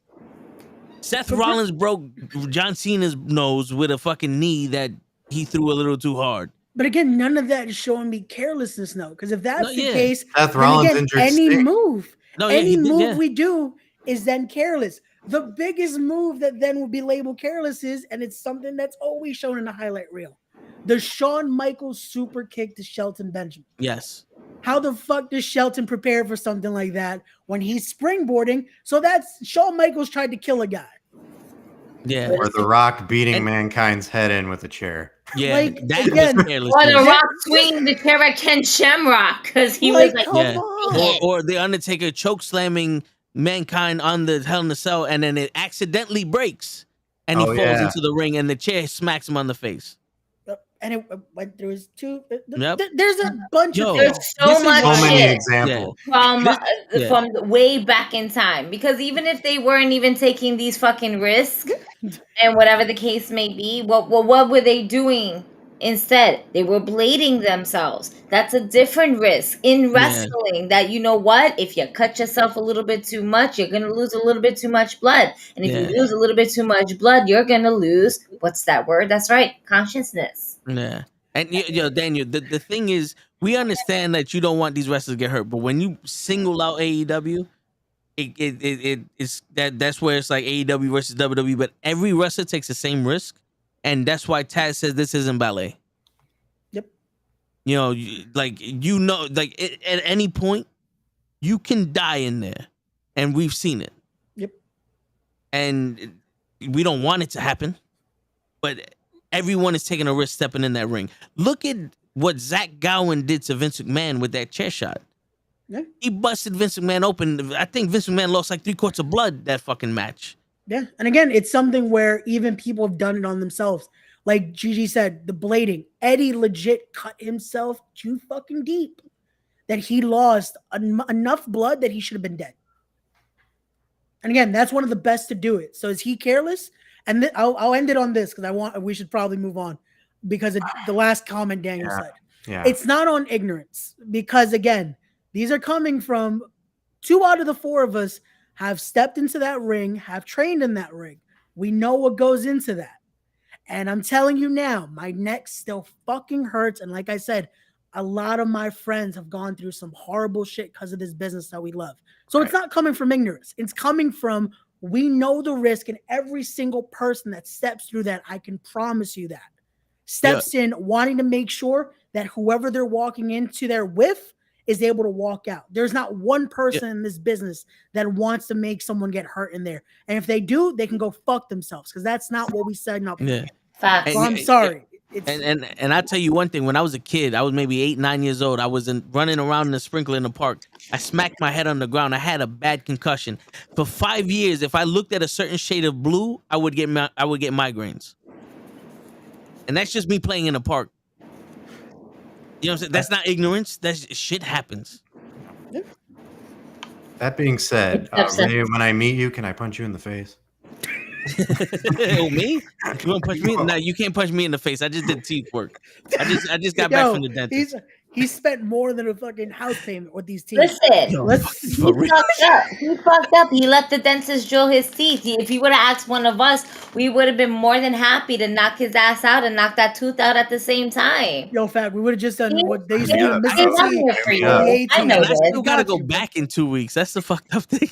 Yo, we still gotta go. Well, it shouldn't be as bad as the last 3 visits, but yeah, that shit was crazy. Let's move on. Yo, I saw the dentist today. Everybody, damn. Again, Yeah. It's like every Thursday for like the last 3 or 4 Thursdays. And not You've not been next going to the Thursday. dentist on a Thursday. Not next Thursday, but the Thursday after that, I'm gonna go to the dentist again. Are you on Hollywood on us?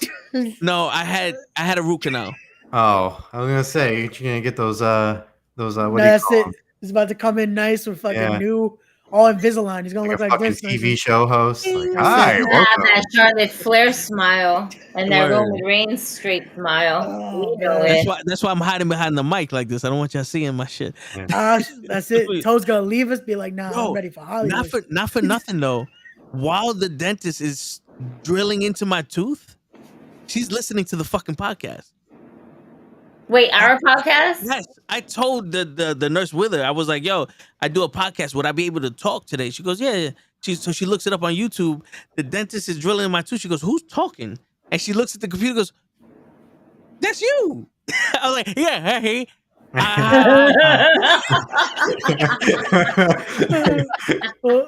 Just in case she listens to this one. Hi. Yeah, right. Hey, you did a good Don't hurt job. our It doesn't friend. hurt. Did a good job with our friend. Now give him a lot of laughing gas, record it, and then send it to GT4.TheWin on Instagram. Yamimbi means Yamimbi. I need some new meme material. All right. Word. That's very good. I haven't done any memes in a while. I'll be like that kid in the back seat. Remember? Like, what's going on? Are we home? Why are we outside? Everybody's so pretty. But yeah, yo, Daniel, as much as, yo, dude, the one thing about us is we love wrestling. So whether it's AEW, WWE, TNA, New Japan, Triple Independent I, wrestling, anything and everything about wrestling. I hate wrestling. No, we know you hate wrestling. You know that your least favorite person is CM Punk. Yeah, so to like, because you took a jab at Pro and Ray when you said that whole whataboutism and like they're defending AEW. They're talking on behalf of AEW when you say stuff like that because it's like then there's no defense for AEW but us right now at this moment, and it's not AEW sitting there going, "Yo, Sting, you want to do something stupid?" You know what I'm saying? Like shit happens everywhere. It's just it's wrestling. You know what I'm saying? No matter where you go. Yo, I saw a video in one of these death matches. My man hits the wrestler with a fucking light bulb. Half the light bulb goes shooting into the crowd and almost hits the camera. He hits the cameraman's lens. If the cameraman wasn't standing there, it would have went straight into the face of one of the fans. You could say that's recklessness, but how many people are How many people are hitting each other with light bulbs? That's just fans know what they're and getting. then the into rise when of you go death there. matches have been coming up more and more recently too. Yeah, shit happens. You know, like fucking A-Game, not A-Game. Is it A-Game? My boy that does the video games. Oh no, it's Big Game Leroy. That's Big Game Leroy. That's another one of my boys who He's wrestling Masha. Moff. There you go, Big Moff. He jumps out he does a dive in the beginning of the match, blows his ACL. He can't wrestle the rest of his match. That wasn't a careless move. It just fucking happened. And then he finished the match. Yeah. Oh yeah, he still did the match. He finished the match. Yeah. He wrestled another 10 minutes with that shit. Yep. Yeah. So yeah, much like Daniel Okada and Bryan did with his arm. But that's different. Daniel Bryan's a grown. Nah. God damn it. Oh, no, right now. You better stop your shit. No, but like Daniel Bryan definitely was dope in that match.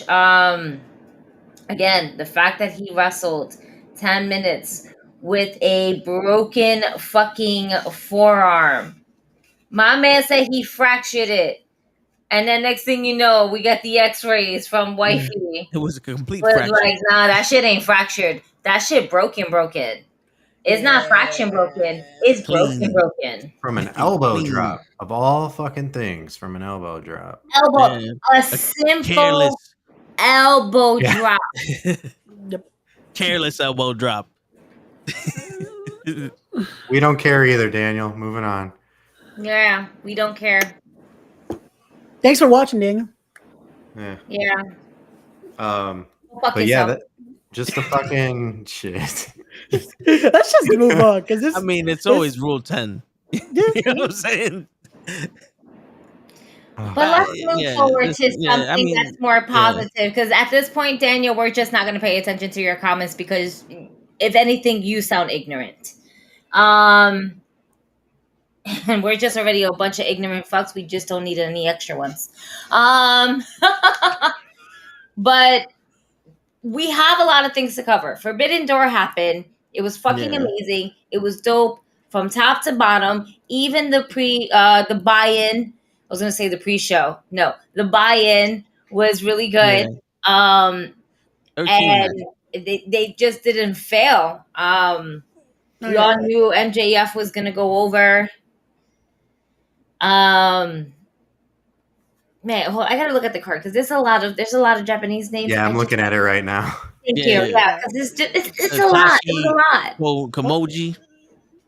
What? Let's make sure Thor is in the one. Yeah, because listen, Satoshi Kojima. That's what I said. I have a strong accent. Yo, dude, you want to hear some new names? You let me read these motherfuckers. We're about to have a lot of people join Diamond Championship Wrestling. Yo, I have a question. I have a question for y'all before we get into the thing. Okay. 2 questions. 1. Okay. Brian Cage. Yeah. Yeah. What about him? Is there anything we can do with this guy to make him other than a joke? He's a triple tag team champion. Okay, so and he's with the Mogul Embassy. My perspective, I don't watch Ring of Honor because I don't have the time to watch. When I do see Brian Cage on AEW, he's getting his ass kicked. Like it's like throwing the colognes with Brian Cage. Like this guy has the look and the ability to be a top star, and God damn it, they ain't like. All I say is watch ROH. Watch ROH. You know what's sad about Brian Cage's thing though? Brian Cage got ruined by Wardlow getting deep with the fans. Yeah. The minute they picked up Wardlow and people reacted the way they did, it ruined any chance Brian Cage had. If he would have gotten there a little sooner, the time they actually wanted to have Brian Cage on their roster, he would have gotten the reaction. He probably would have been in a better position. He probably would have been in Wardlow's position, if anything. Yeah. But what ended up happening is that, guess what? AEW don't wait. So they want a big muscle guy that looks more like a machine than a man. And they got Wardlow. Yep. And then Wardlow won the fans over after him being around with MJF and being used like a fucking... Like a fucking... you do this. You do that. Like a fucking lackey.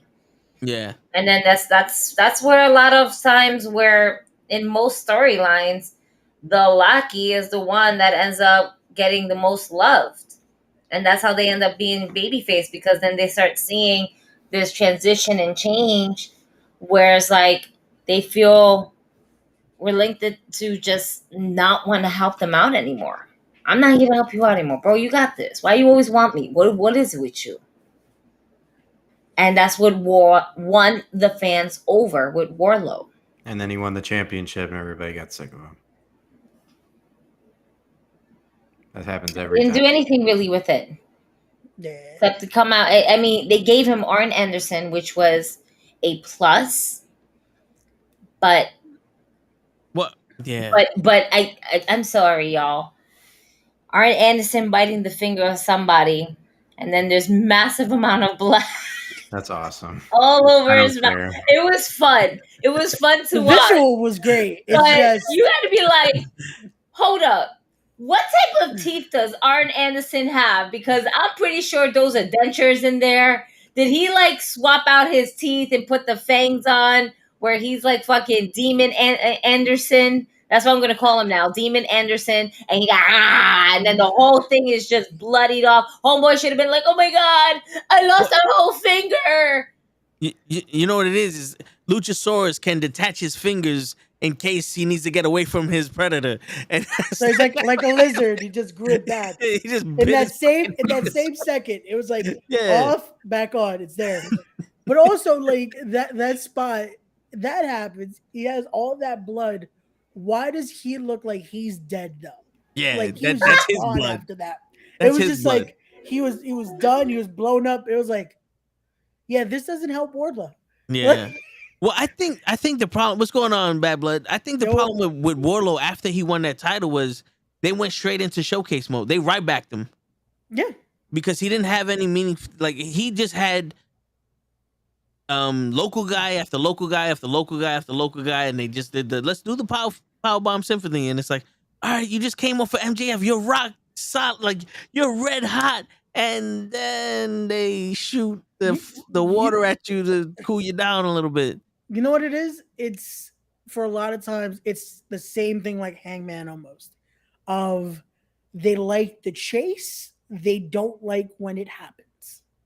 Because the minute Wardlow was there, it became nothing. And then the minute the title's gone, it's like, now what? I think the difference between Wardlow and Hangman is that Hangman got exposed. Hangman, to me, excellent wrestler, not a good talker. And when he finally got the championship and the pressure was on him to actually, say things and get people riled up, he failed. Yeah. Because he's not good at it. Nowadays he's getting better. I noticed that when he's with the Hung Bucks, he is like a completely different person. But when he was champion, God, I hated when he went on the mic. It sounded like just a bunch of whiny shit. Like I don't care, dude. Yeah. No, it's true. And then they did that whole I'm gonna be drunk like Scott Hall shit. That also turned me off to him. Nah, I like when Hangman was like, I'm gonna have a whiskey beer, and then you have Kenny Omega. Well, I'm gonna drink some milk. I kind of like that. It was kind of fun to watch that shit happen. Yeah, their dynamic was cool. Their dynamic was that. I mean, he's a cowboy, right? Not from Texas though, but he's a cowboy, and I don't know. I like that gimmick. Like, here, hold my drink, and then he did the buckshot lariat, and then he came back to his drink. It was fun. I know probably the image out there of him looking like he's getting drunk all the time probably wasn't the right image, and maybe that's why they don't want him to consistently do that, because you got the kids watching. However, his in-ring mic skills, they were booty. Yeah. They were booty. Dave was on some fuck those kids. That was what the hand motion was. They was like, fuck them kids. I'm tired of those kids. You know what? All those kids watch Stone Cold drink 2 beers and fucking and some tequila. We turned out okay. I was gonna say, Dave, we were those kids becoming this now. Yeah. We grew up with all that. Yeah. We're just a whole bunch of degenerates. Word. Like, yo, this is where the parents get the opportunity to teach their fucking kids from right from wrong. We're a whole bunch of degenerates. How does Toe feel about Hollywood Jack Perry's new character? He's going to slowly build like Raven was in WCW. If they book it right, he can DDP versus Raven feud with Hook. You know something? We were having here goes Jack Perry's fucking personality to me. The rag. He's another one. Like, listen, yo, in ring work, this guy's phenomenal. But when he's on the camera and you can't flip and you gotta do something else, bro. Wow. I'm not gonna lie. His entrance made me, and I woke up to him hitting Hook, and I said, "Oh shit, he hit Hook. Okay, that's the first time Hook's been hit. Okay, let's see what Hook's gonna do. I'm more excited to see Hook have a challenge." Yeah. But did you hear his promo Wednesday? No, I did not. I didn't get a chance in mom mode. I didn't get a chance to go back to it. Okay. His promo as a heel is actually pretty good. Okay. Yeah, I think that's the best way for when you're not getting over as a baby face is just to turn yourself heel for a little bit. Yeah, I mean, I loved it when he hit Hook, and then he just looked at the crowd, and they all booed at him, and he decided to go ahead and just play the crowd, and he was like, "Ooh. Yeah. Go fuck yourself." Yeah, that's what he did. Yeah. That's basically. You hear his he said at one point he's like something, and I'm banging the hottest bitch in the company right now. Talking about Anna Jay. Yeah. I don't know. What I mean, you're shaking your head no, Ray. I'm trying to figure out because honestly, I Anna Jay not the. Nah, I'm just fucking. No. That's not what I'm saying. She's not the hottest though. I don't think she's the hottest chick. I'm just saying, like, I'm just saying, when you have somebody that's also heel, right? Think now of a possibility of Anna Jay and Jack Perry now tag teaming up. Now they can actually be this heelish couple that can, let's just say, have a match with Britt Baker and Adam Cole, baby. You know, that would be a fun match. We can't get that with Ty Mello, Yeah. right? Ty Conti. No, Ty Mello. That's her name. Yeah, that's Ty Mello. Because she's pregos. Yeah. So we can't put her in any matches. You know, I think it would be fun to kind of like add that to it. I think Jungle Boy being a heel is going to be more fun to watch than him being a babyface. But for the majority of the shit of wrestling in general, watching heels work is always more fun than to watch the babyface. Mm-hmm. Yeah. Unless the babyface is badass. Like Wardlow is a babyface with MJF. He was a bad dude. Yeah, He but was again, a cool it was motherfucker. perfect timing of he was able to do the flip that he was already. They were treating him like a babyface. Yeah, and the reason I was shaking my head with Jungle Boy is he now needs to be able to hold the persona of being a heel because he was getting stale as the babyface. That it's like, okay, now you have to make sure you have the charisma to pull this off. If not, you're just Jungle Boy acting like you're not Jungle Boy anymore. Like, you need to make yourself a believable heel. His promo on Wednesday, I saw it. It's getting there, but now it's like, can he fully pull this off? I want to see how he's going to change his ring style a bit as well. I think when you play something other than yourself on TV, you tend to do better at it. Kind of like I think MJF is a genuinely nice guy outside of his character. Yeah. But he plays such a good fucking asshole that you love it. And I think we're going to get the same thing with Jungle Boy. Nice guy outside the ring, probably. The nice guys know how to be assholes. It's just we don't.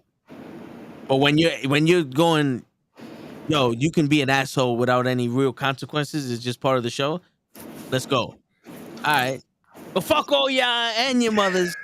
And I've been wanting to say this shit in my real life forever, but because I know y'all know that this is planned. Fuck you, fuck you, fuck you, fuck you, fuck you, fuck you, fuck you, fuck you, fuck you. You're cool, but fuck you anyway. And I fucked your wife. You know what I'm saying? Like, yeah, you know, you have 20 fucking years of fuck your life inside you. When you're a nice guy, you know what I'm saying? And then you can always take it that extra mile and be like Will Ospreay. And just grab whatever flag that you technically represent and just put it in between your ass cheeks, your nose. He did the ultimate Shawn Michaels Canadian disrespectfulness. Yes. Okay? When he did all of that, the first thing I initially thought was Shawn Michaels. Yeah. That's Shawn Michaels doing this to Bret Hart. That's Shawn exactly Michaels. Right now, Kenny Omega is Bret Hart and Will Ospreay is Shawn Michaels, and they're having a match in Canada, and shit's about to hit the fan, and we're doing all of this shit. Yo, without having to do a public apology. I love Will's reaction though in the media scrum that he feels kind of bad because he's like, it's like, okay, so it's he knows what he did was kind of fucked up, but it's like, hey, in the moment. It got a reaction. It did what it needed to do. The word. So that's my other question for y'all. Okay. Because I know, at least when I first heard about Will Ospreay, it was that match with Ricochet. It was like, oh, this guy could, keep up with Ricochet. If Ricochet wasn't in the WWE and Ospreay was, would we have seen Ricochet versus Omega? Like I was saying, would Ricochet be as big as Ospreay is in the Indies if he never went to WWE? Oh, if he never went, yeah, of course. Yeah. Especially if that, yeah, no, absolutely. Especially if you're basically switching them out.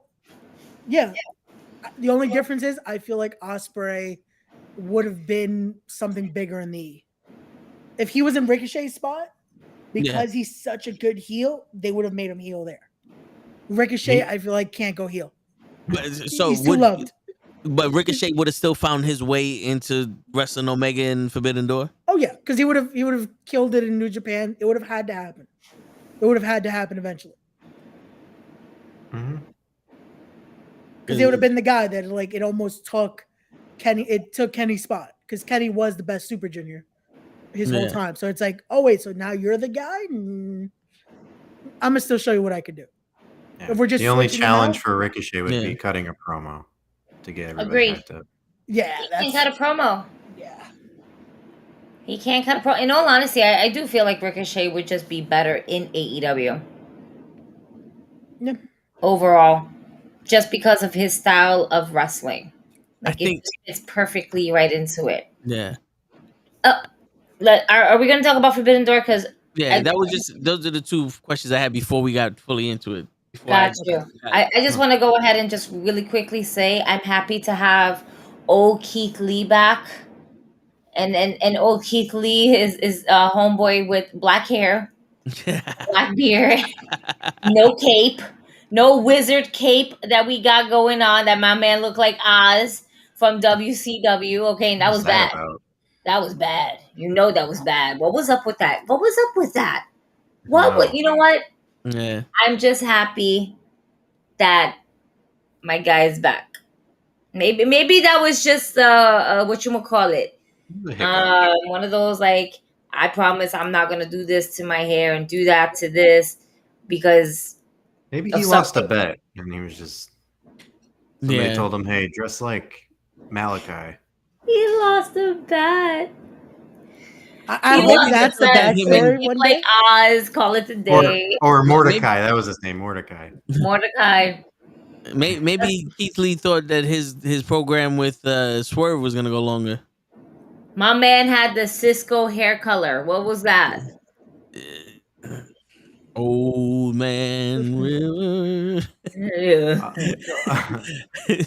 Yo, I'm done. All right, let's get into the card now. In the gimmick battle royal in the WrestleMania back in the day. Oh god. Oh man. Are we going to the buy-in or are we just going straight to the main? Oh, we did have the buy-in. What was the buy-in? It was the first round, Athena versus Billy Starks. Yep. Dope match. Yeah. Billy did great. Billy did great for that kind of crowd to be in there, especially at that level of just like, hey, you're part of this story tournament. Like, she did great. She did great. Absolutely. Yeah. We knew the outcome, what was going to be, and everything like that. Yo, Athena is awesome, and I hate the fact that she wasn't anything more on the roster of the AEW before she went to Ring of Honor. Like, she should have been the one to end Jade's run if it wasn't gonna be Statlander, or at least be fucking AEW champion or had a shot. Don't dismiss the ROH Women's Championship though. That shit's still prestigious. No, it is, but I'm saying before they did the ROH shit, when she was on AEW full time, it was like, you're just gonna be here to make Jade look good and that's it. Yeah, I like this heel Athena too, though. Yeah. She's hard hitting and she don't give a fuck. Right. I'm just waiting for her to like kind of do like that when Sasha Banks did that NXT fight in Brooklyn with Bayley where she grabs like the little girl headband and stuff like that and puts it on her. It's like, oh boo hoo hoo. Like I want to see her do that to like a fan. grab their sign, rip it up, and then just tease them and shit like that. I want to see Athena make children cry. As long as it's not my kid, but I just want to make sure she makes the children cry. It's every other kid. Fuck them kids. Fuck them kids. Word. It's my kid. It's all right. My kid's one of the cool kids. Only the cool kids are allowed to pass. Everyone else, man, fuck them. Word. Some of them, and you know this, some of them needs to get thrown like a nice little, a big branch in front of them while they're running so they can trip over and be like, oh, you were supposed to look at where you ran. Oh, no. Word. What happened? Stop being careless. Now you learn. Yeah. Stop. I almost got into it with a little girl at the park yesterday. Damn. She kept saying that my daughter was cheating.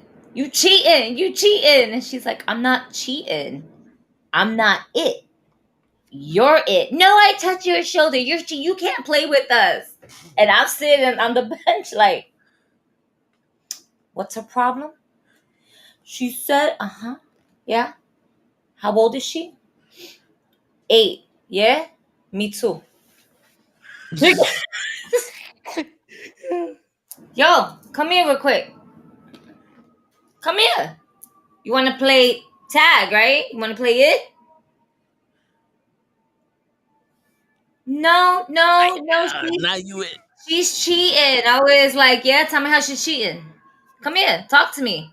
No, she's cheating. I think you're cheating. That's why you're running away. Where's your mom?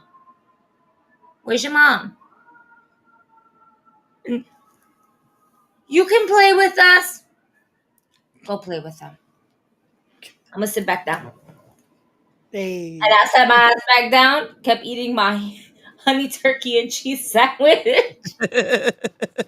My chips. And every time I'm eating them chips, I'm looking like at their direction. And every time that little girl's looking at me, I'm like,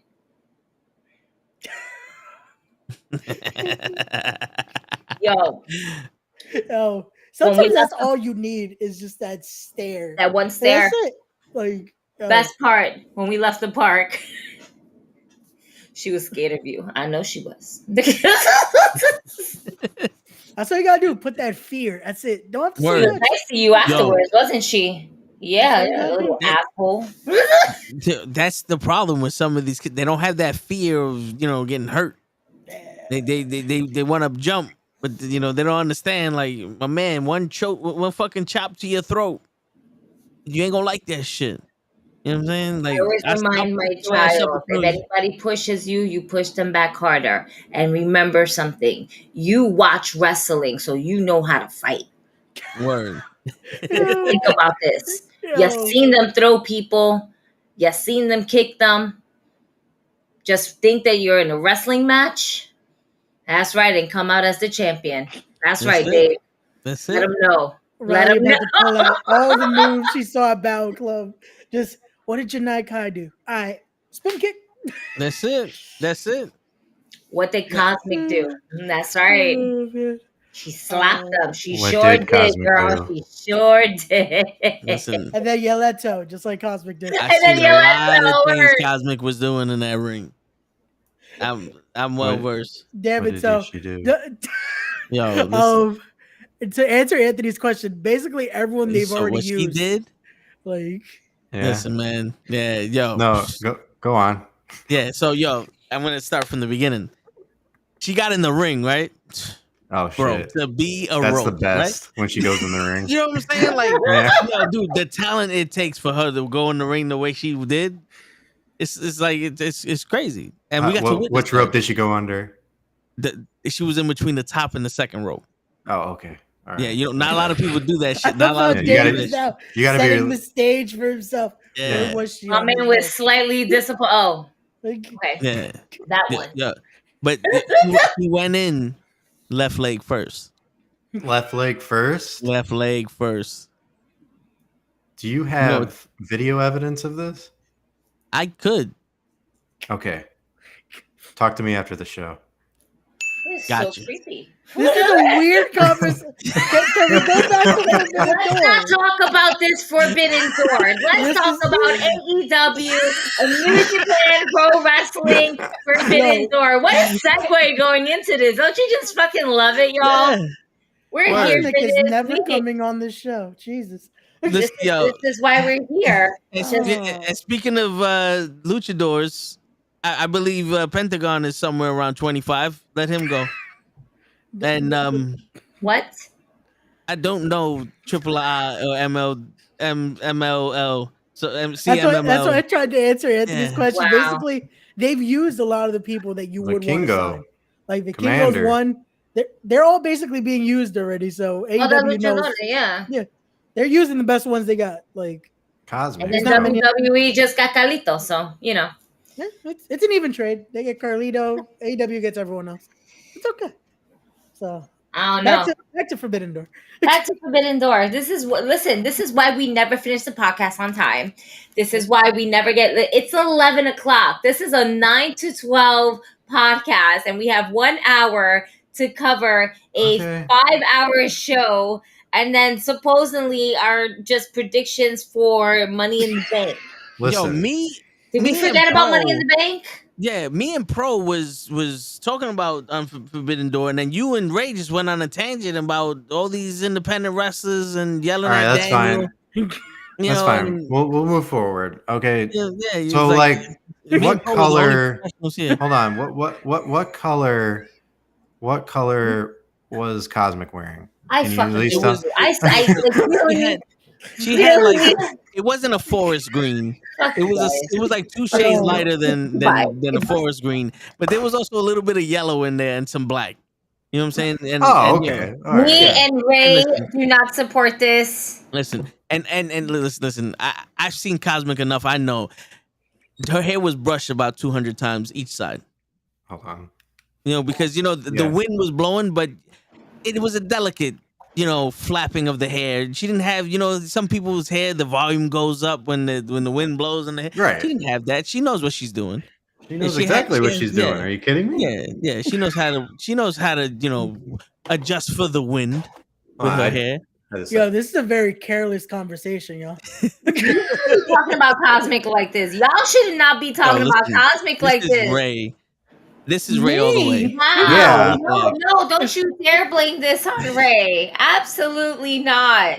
Listen. Ray will stand by my side next time. He won't stand next to you, okay? Because all you want to do is push people around. And we're just trying to push this card to the fucking podcast, goddamn it. We're still on the buy-in. We have not made it to the main card. Let's skip the buy-in. Let's just get to the show. At this point, well, basically the tag matches are great. Tag matches, wonderful. Women's matches, wonderful. Pro, you know what I told Cosmic earlier? I was like, you can ghost me all you want, but I still love you. You know what I'm saying? But you can't love her. Yes, I can. No, you can't. There's enough love to go around. Listen, I give her the love that she rejects. You know what I'm saying? All right, I'm out. Thank you, Anthony. Shit, Jesus. Okay, we're gonna move on to the main card. Listen, Anthony. First off, we've been trying to do this fucking Forbidden Door shit for 3 hours, and you come in here with your shit, talking shit about me, and then you want to compare me to Ray. Me and Ray don't have a problem. But you're the one that has the problem. All right. Let's. Hold on. I just want to know. What did you guys think about how Cosmic presented herself? No, I'm just kidding. What did you guys think about the Fatal 4-Way? You're perfection.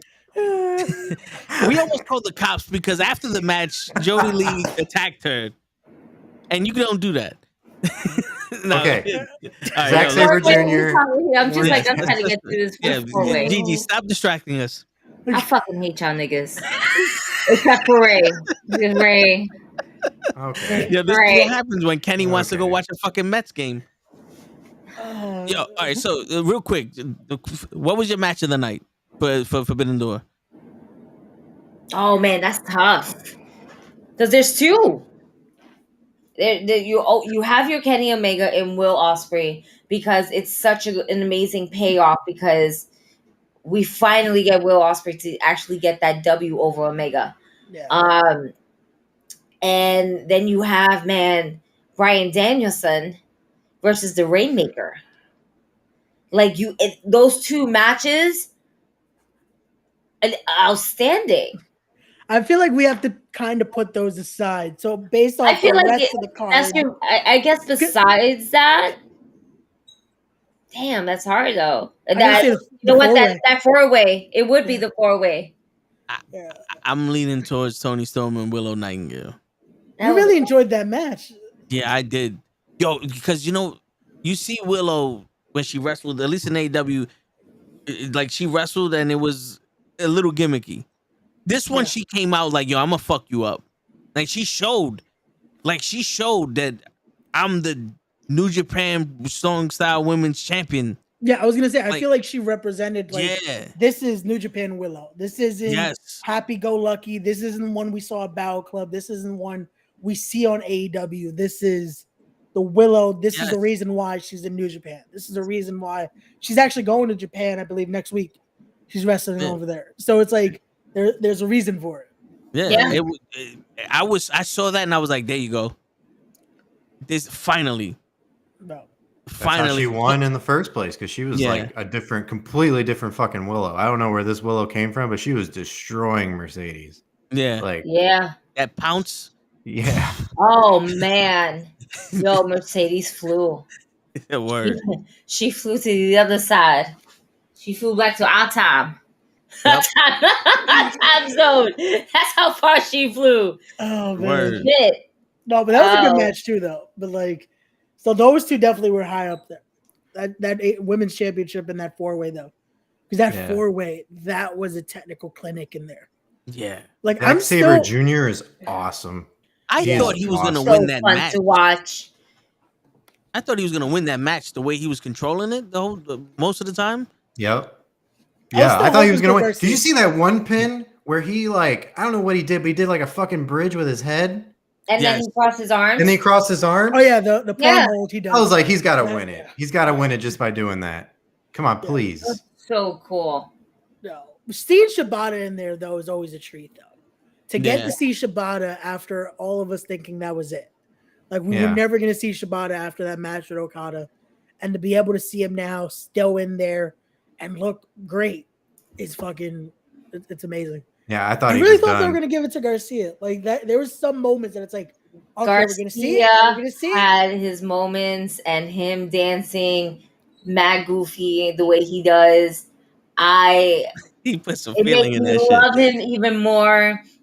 I fucking love that he's putting this stupid ass my man is doing the Alex Wright of this modern day era. Yeah, you know what I am with it.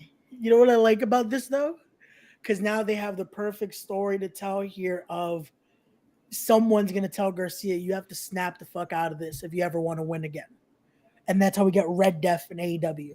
Because we've yet to see that Garcia we saw in the Indies. If he brings that out, he's the guy that can beat Shibata. He's the guy that can beat Zack Sabre Jr. and possibly get an actual TNT title run or something like that. We need that reason why he was in there with Shibata. Because Garcia can go in there. This is cool though for now. It's a good gimmick, but if we get to that point that it's you have to snap out of it now, that's gonna be. He's a guy that could go in there with Bryan Danielson and go. Word. So did anything come of Eddie Kingston saving Moxley from that double super kick during their fucking match? Which I don't know what the fuck that was. What is the story there? What are they gonna do with that? At this point, I'm like, okay, so are we gonna see Mox and Eddie eventually become a team against the BCC? Is that where this goes? I think we're gonna see Moxley in the background. So weird. Yeah, he's gonna be backstage watching the video and you're just gonna hear, and then a hero comes along, and Eddie Kingston. No. I mean, he saved him from an exploding ring. Yes, this is love. We can never forget that. Oh man, this is true love. Yeah. Like, which, by the way, if the person that did that, I need their number. 4th of July is coming up, and I need some little fireworks for the kid. Just saying. We don't get hurt. Yo, in the game they made up for it. It really fucking explodes perfectly in the game. Yo, I heard that there's a setting that you could put the joke shit on there. Yeah, you can make it. Yeah. But BBC. it actually fucking looks. Wait, the ring explodes. Can we get like body pieces that's like flying all over the place? If that's the case in scenario, you can't use the like. rest. Can I get like a fatality? All right, just like, can I get that? It's a video game. Why not? All right, we got mini games in this. That's word. That's coming out next for Fight Forever 2. Death is an option. I want a video game where the wrestler gets hurt and for like a week you can't pick him. Like, I think that'd be dope. Like that's it. Like even in exhibition. Yeah. He's injured, and then they he have gets something healed. like that in WWE 2K. Well, not that they get injured, but like if they get too tired or whatnot, they'll put them on the shelf for you where you can't pick them. That you have to choose somebody else. Yeah, AEW Fight Forever has that. It's in the career mode, I think. You if you work you actually out, get injured, but then you gotta See, but I would do feel have that. Like that happens in like, let's say it happens in real life, that they'll update the roster. Like, you can't use this guy because he's out. Like how they update the NBA 2K rosters. Yeah. They should do that for the E. That would be fun. That would be cool. Yeah, that'd be crazy. Yeah. Again, if any creators listen to this, do that for the next game. We need that shit. Write the check. Credit the NuKKle. Check, bitch. So the BBC is gonna be the new Bullet Club? BBC. Who's in the BBC? Is BC Moose? What? Wait, we got Moose. Oh no! What? Keith Lee. My man said, "Wait, did Ray just spit out some water right now?" I got him. I got fucking Ray. Wow! Wow! The only professional here, and I got him. This motherfucker started saying Moose, and I was like, and then Keith Lee right after that. I was like, yo, look, big black niggas. I hear you. I see you. There's a clip for the week. Fuck. Oh. Well, that Fatal 4-Way was great. Well, yeah, Shibata. By the way, I'm very excited because Orange Cassidy is on my fantasy faction, so I got some points there. Now, and it was been said, it has been doubted. Orange Cassidy, he ain't gonna win. He's gonna give that up. That boy's too injured. No, he's working you. He wants you to think he's injured. He's chilling. He's okay. No, he got a little banged up here and there and stuff like that. A little extra. He legit looks tired. I feel bad. He looks tired. No, that's tired. Yes, injured, not so much, but tired. Yeah. He's tired. He needs as long as he still wins me points for the next round, and then I can, trade him out and shit like that. Then that's it. That's it. I'm okay. Man, that match was fun. Yeah. Oh shit. So listen. I like the finish though. That finish with him was cool. That it's like last minute. Oh, you're out. 1, 2. Oh, okay. That works. So let's talk about Dave's favorite person over here. Let's talk about CM Punk. Let's talk about CM Punk for a minute. Talk about CM Punk. Kojima. Lariat. Oh man, the amount of people that found out about that clip fucking this weekend is great, because that's been something. Every time I see Homicide, we talk about that shit, because it's a running gag of that prank call. Because do you guys know the actual story about why that's a thing? Mm-hmm. No. Why the Lariat thing became a thing? So they used to all work in ROH back in the day. The guy that used to run ROH was Gabe Sapolsky. CM Punk one time with Samoa Joe decided, let's prank Gabe. And they called, doing a Homicide accent, yo, Gabe, I'm sorry. Like, I'm loving Japan. They're going to pay me more. I'm not going to be able to wrestle Kojima, man. I know that's my dream match. I know Lariat. Kojima, Lariat. So that's the clip that everyone fucking grabs, because he was pranking Gabe Sapolsky saying Homicide was going to call off the shows as champion at the time. As the main event, it was going to be him and Kojima because that was Homicide's dream match. And Gabe's going fucking nuts. And Punk then ends it with like, nah, this is Punk. I'm just fucking with you. I'll be in the building in like 10 minutes. And you just hear Gabe, what the like that's because that's how he was, high pitched and all. What the fuck? Like, yeah. Kojima. So that's the Kojima story. That Punk in the match is in the corner. Kojima. Looking right at the camera. And the fact that he looked at the camera hardcore, like, because he knew this is gonna be quick. Kojima, Lariat. Oh man, it's great. How amazing stories like that kind of come full circle so many years and decades later. That's what I love about AEW is that like most of the shit, like history, they don't forget about it. They don't recreate their own. Yeah, it exists, and sometimes they do callbacks. That's what I love about it. And they allow it. They're like, "Yep, go for it." Yep. You can't do that with WWE. It's very restricted. Yeah. Like it's like AJ Styles is a champion around the world. We can't name any of the companies that he's been on, but then he was in a club. We can't say what club. He was in a club. He's a 25-year rookie. He wrestled in Japan. That's it. He wrestled in Japan. We're in Japan. We don't know, but it was in Japan. And he just met Kevin Owens in 1995. Yeah. Kevin Owens and Sami Zayn been best friends for years. We don't know how. But they've been best friends for 20 years, 5 years ago. We got that one picture of them with their blonde hair, and then everything else happened in WWE. They had a fallout. They didn't talk for a while. Yeah. Except there was no honor there with them. I don't know what happened. But So I'm not gonna lie. This CM Punk Kojima match, it was just okay. It didn't blow me away. Kojima did better than Tanahashi. Yeah. Tanahashi had issues with that top rope. I did not like the MJF Tanahashi match. No. Yeah, and that's sad. He was moving slow, just running. Yeah. It's Tanahashi. And I was like, how did he blow up so quick? I was like, what happened? Honk if you agree. And it was like the night before with Strickland, he almost killed himself on the top rope. I was like, oh. Yeah, man. He said that slip and everything like that. Which I get, like Tana's been going for years. Like he legit barely has not taken a break. Like he's gone that long of just putting on banger after banger, being that guy. There's a reason they call him the John Cena of New Japan.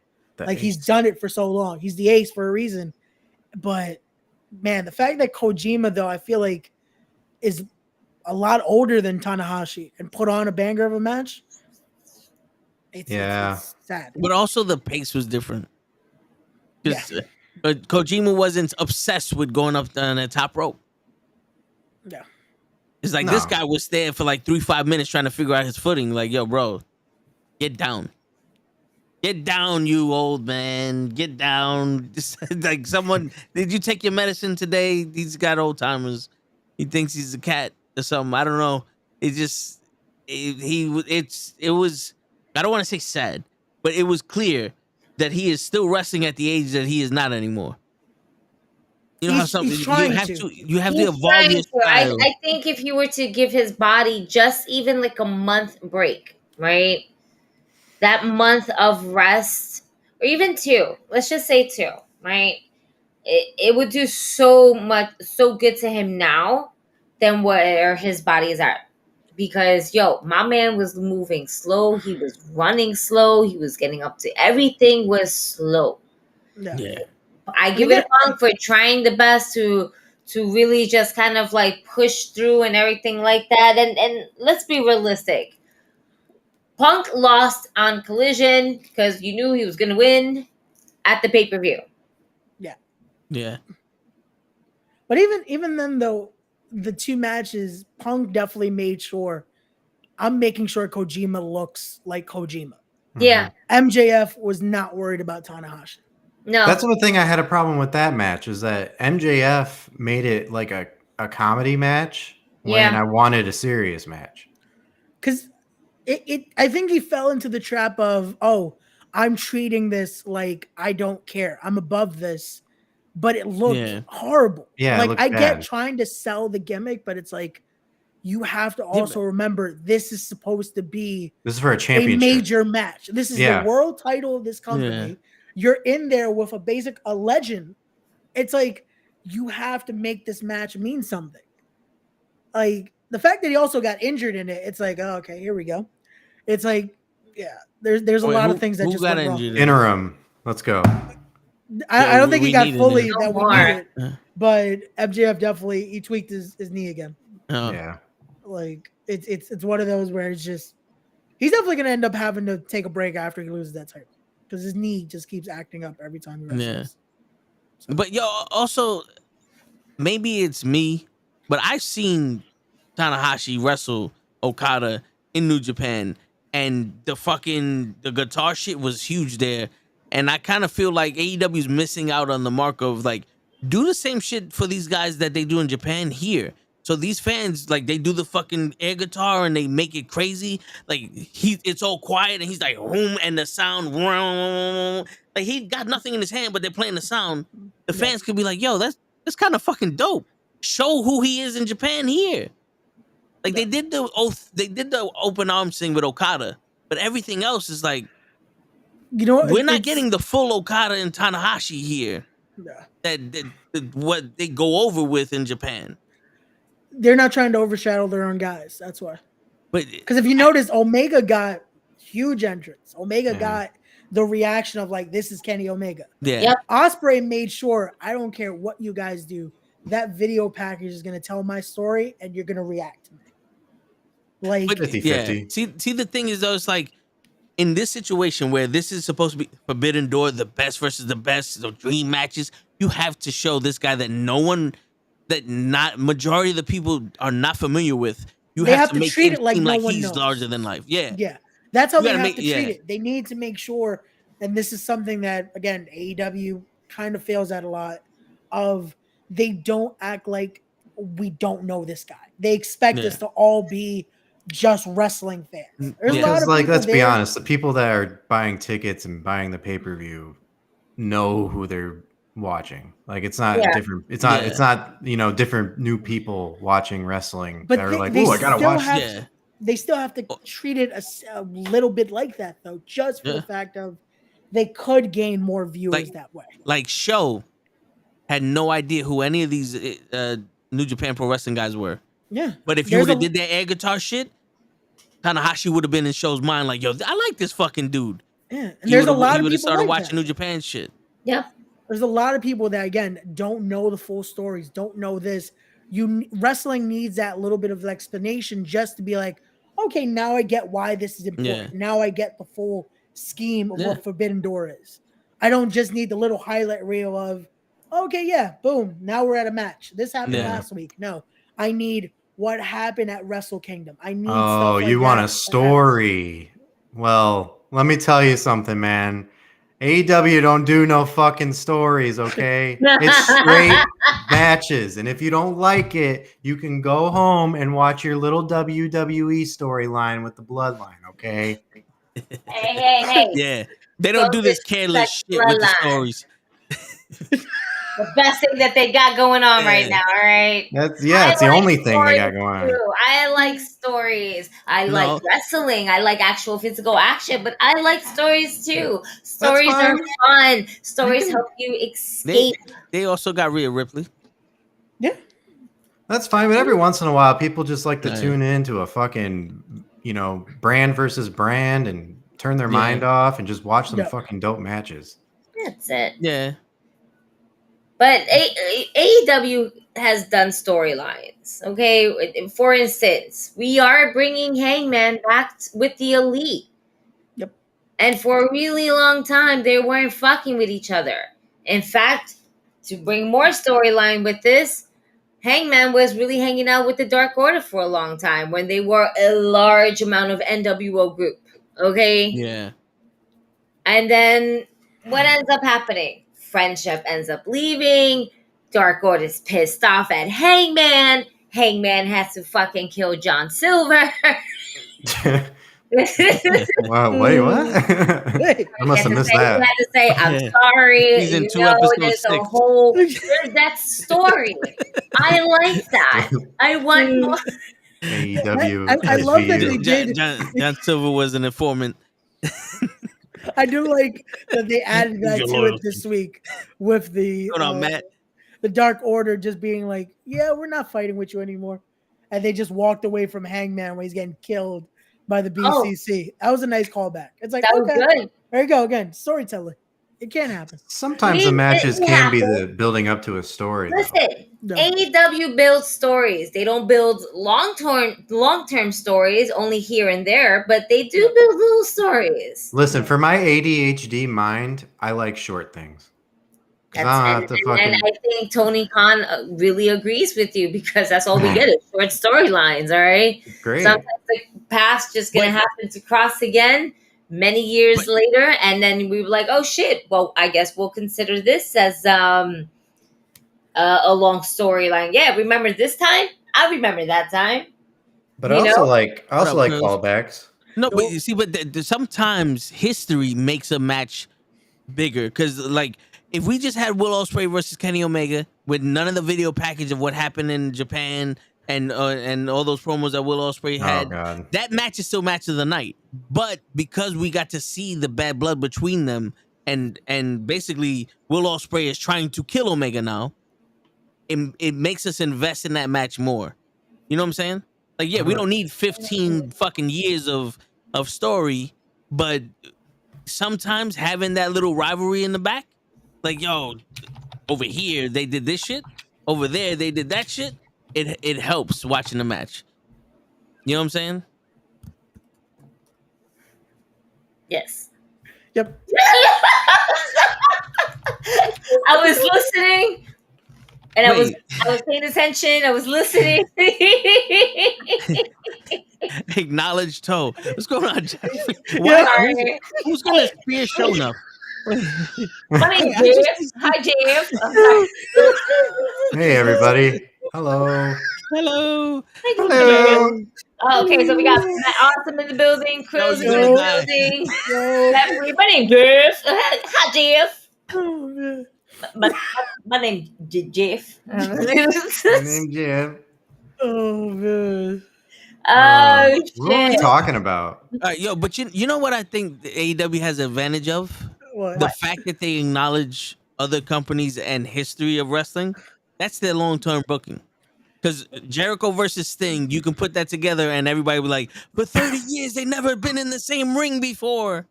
You know, they don't need a 4-month program with Sting and Jericho. They can just throw that in there. They had that already. It's already there. It's history. Yeah. Which I still, when that match happened this weekend, I was like, wait, how could they have not? I really was questioning for a minute. Like, really? Like that whole time in WCW, they never touched. Well, then again, Jericho was being held down in WCW. True, but I was like never touched. Like, shit. And I'm gonna be honest, the time that they finally got to have it wasn't even 1-on-1, but that match at Forbidden Door, that was the worst match of the night for me. That was the worst match of the night. Yeah, the finish didn't help. That finish was like, it was what sloppy. Just happened? But like there was like key moments that were fucking cool that got ruined because Jericho had to fucking scream at the top of his lungs. You know what I mean? Like Suzuki facing off with Sting, the crowd went nuts. Everybody loved that. Yeah, him asking. He ruined it by going, "Tag me, fucking tag me, come on!" It's like, oh my god, man, you ruined it. It's like let Suzuki have the moment because that was great. The moment of him staring down Sting was great. Jericho staring down Sting. Let the crowd have that for a second, at least. Mm-hmm. They didn't want to give it to him. The pacing was just off. I didn't like it. Yeah. That finish was like, okay, on to the next one. Like, that's where you need someone to help produce those moments. Yeah. What's sad is though in a match like that, no one would produce it. Because they would expect Jericho, Sting, Suzuki to take control of that. Because I think in that moment, I think what happened was Jericho's like, oh shit, this is supposed to be between me and Sting. So tag me so I can have that moment, but then Sting has a moment with someone else. So it's like you could both have the moment. Yeah. Again, you putting each other's bats in each other's throats really didn't really hit. It's because they forget that everyone is supposed to look good in the match. You're supposed to try to get everyone over there, and they're focused on, well, we're gonna get this spot over, and then it's like, but the match. What is happening with the match? Like, even Naito, I feel like at one point is just like, I'm just here. Like, I think Forbidden Door would have been better if it was company versus company. Right. Like how back in the day it was like, who won the most matches, and then we'll go to like a final match to see who wins, who has the better company or some shit. Like New Japan Pro Wrestling champion versus AEW champion, US champion versus international champion, the Neverweight Open versus TNT champion, like shit like that. I would like Forbidden Door to be in Japan. I thought that was next year. The first time they had it, the dude said, "Why don't we do the part 2 in Japan?" And they said, "You even said like Japan, Canada. Canada's really close to Japan." It's like, how do we get to not even neutral territory? It's just like, let's go to Canada. Like, what? Like Canada. Oh, Canada. The market's pretty good there, though. No, it was a great crowd, but it's like, come on, like just because this is the logic. This is the logic. We got Japanese wrestlers, American wrestlers, and Kenny Omega's Canadian. Let's go to Canada. Where are we gonna sell out? Let's go to Canada. I'm gonna be selfish. You have to think about it this way: to fly out your talent to Japan, to the venue. Are you gonna sell the amount of tickets in Japan that you would do over here in the U.S.? Can you sell that same amount of ticket sales based on like the arena? I think so, because the wrestlers in AEW wrestle in Japan more than the Japan wrestlers wrestle in America or in the North American. Certain names there, you can have the Young Bucks, obviously your Kenny Omega. You basically can have the Bullet Club just come back. Yes, I feel like they would sell it honestly quicker. Really? Just because of how much they respect wrestling a lot more over there. A card like this, they would expect it to be. They would have sold it without having to announce a match, because that's what they do most of the time with Wrestle Kingdom. It goes without announcing a match. So no story. No, Dave. No story needed. No story, Dave. And you know what the funny thing is? I think the building itself is considered one story because there's only one level. Yes. So they have one story, and that's the building. Ha! Yeah. wait. So yes, a story is there. There you go, Dave. They always have a story. There's always one. There's always one. It's a built-in story. Oh man. Yeah, they would definitely have to do something. They should do it. Tokyo Dome. I think they would need Tokyo Dome because they would need something bigger. Yeah, no, but that would Tokyo suck because Dome then we would have to watch it at like 3:00 in the fucking morning. This is true. Yeah, this is true. But it would be 3:00 in the morning on a Saturday. Yeah, and not 3:00 in the morning on a Sunday. And then by the time it ends, we'll have enough time to then go have breakfast. We'll be good. Yeah, we'll have our coffee at 10 a.m. We'll be good, and we'll discuss about it. Yep. There you go. Sunday morning brunch. Yeah, we can do the Toe in the show, and then go straight into the fucking. Go straight into the pay-per-view. We have a plan for this. That's it. We'll drink a 5-hour energy drink when the show starts, and we'll be good for the next few hours to watch wrestling. And the announcer will scream, "If you're tired and you can't keep your eyes open, we're halfway done." You know? Oh man. I don't know if Pro is reading the chat or if he's just pissed off of me saying that. What? He's so focused. He's like, I'm tired of you motherfuckers saying this shit went long. It's only 13 matches, goddammit. To be fair, though, okay, if I were to count 1, 2, 3, 4 of them are pre-shows, and then 1, 2, 3, 4, 5, 6, 7, 8, 9 were the actual shows. Yes. Yeah. So, which is crazy. They really didn't go long though. Like the show itself was what, 4 hours? It was 4 hours, yeah. like a typical pay-per-view. Yeah, but it's well, they timed it right. Like even Tony Khan talked about that on the scrum about there's only been one show that they did it on purpose, that they went over the time they usually want to go, which he labels it down. I think like 3 hours, 57 minutes. I think he said he times every pay-per-view to be that long.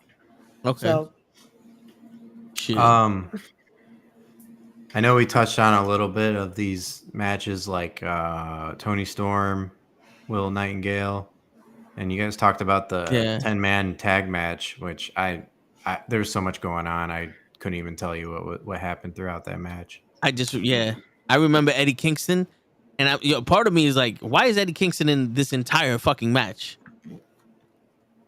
Okay, I will say this. They really showcased the fuck out of Takeshita. Like, that was his match. Yeah. That knockout to Ishii. I was like, well, there goes Ishii. I guess they said, don't let him do anything in this match. Just have Takeshita knock him out, and that's it. No, they were really trying to prove that like Takeshita is like something, a force to reckon with. And yeah, he showed out. That was great. Word. That was really dope. I lost my page where I had all the matches, but I was just like kind of like overlooking at all the whole entire card and shit like that. But that match was so good. Yeah, I'm kind of mad that we didn't get an exploding shoe in this match. You wanted the exploding shoe again? Yeah. Well, that wasn't the blood feud. Now for blood and guts, they'll probably do it. Blood and guts. Blood and guts. In Boston. Boo. That's already a strike. This match is already looking bad. Blood and guts in Boston. This is the worst match I've ever seen. This is in Boston. Even if it's good, it's gonna be alright because it's in Boston. In Boston. So do we start talking Come on over. The 2 top matches? Do we get into the Omega Ospreay match here? I want you guys to talk about that because I talked about that a lot. Oh, real quick, Leon, the best thing Tony Storm did was go to AEW. That was the best shit that she ever did. And this Outcast shit is phenomenal. This is the best character I've seen. She was looking jacked. I need a T-shirt that says, "You want me to slap the tits off of her? I'll slap the tits off of her." Like, I want the shirt that says, "I will slap the tits off of her." Sorry, Dave. I'm too loud. My bad. No. Okay. No. Here's the thing. Like, these headphones are very fucking uncomfortable. So if they sit in my ears for too long, it hurts. That's why I don't wear my shit no more. Yeah. I stopped wearing my headphones. But I can't hear you guys without them. So yeah, I got cheap speakers from Five Below. Well, these aren't Five Below. These are from Micro Center, but they're still cheap. They were like $15. But yeah, I can't. But Tony Storm was jacked. Yeah. She was. I don't know what the fuck she was doing, but she was looking good. I was like, damn, Tony, where all these fucking cuts come from? Like shit. Yeah, but I like this gimmick of her now. I like this like just don't give a fuck attitude. Like her and the press junkie was great. She's like, "You want me to be a mark and say it's an honor because they kept asking about Julia." So it's like, her reaction was great. Like, wasn't she something similar to this in UK? In NXT UK? Yeah. So she's like, just everywhere else she was able to be like this, except when she made it to the main roster. That they were like, "Yeah, we can look, yeah." Yeah, we're gonna have you throw a cream pie at fucking Charlotte. Yeah, there you go.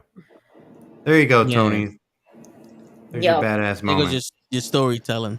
But nonetheless, Tony Storm did fucking bring in that heat, man. And so did Willow. Yeah. Willow had a lot of great moments in that match overall. But Tony Storm, like her character and how it's like she's just... It's the evolution of the character and how more of an asshole she's going to be. Basically, it's like, what is it that you want? What's your fucking question? Get it over with. Word. Yeah, Asking me is why I'm here. Yeah, and Ray, you gotta text Willow what I said. I was like, what did I do now? Like, you know what you did. You know, I like the fact that she was like, give me Jade, give me this person, give me that. I don't care. I'll slap the tits off of them. And I love the fact that how she acknowledged, she was like, Willow, she slapped the tits off of me. Like, she's like, and you saw it in her chest. Her chest was red. Yeah. Willow was kind like a beast. Again, we're getting New Japan Willow. We're getting definitely another side of Willow. I think is needed. Aggressive side. Yeah, I like this side of Willow. I hope this stays. Like, I love. Don't get me wrong. I love bubbly Willow, but she needs to be this to be taken a little more seriously. Absolutely. Yeah. I she love had an award-winning smile, and now she got an award-winning style. She can do all that fun shit, and as soon as she gets in the ring, bitch, you dead. Turn it on. Word, yeah. Even if that's the case, like Festus. She can be bubbly, and let's do it. That's the babe with power. She can do all of that. Yeah. But as soon as that bell rings, ding. Yeah, like Festus. You know, when he used to be like, yeah, and then the bell ring, you would go, You want to run the ropes now so I can pound you, or you just serious question. Was she the thick or the juicy? In Thick and Juicy, she was a part of Thick and Juicy with Brooke Valentine, bro. Okay. I think she's thick. Okay, see, there you go. And Brooke Valentine will be juicy. There you go. See, now we know. Willow always came out first, I think. It's a good tag team name. Yeah, Thick and Juicy. See, we can be civil sometimes. Yeah. Word.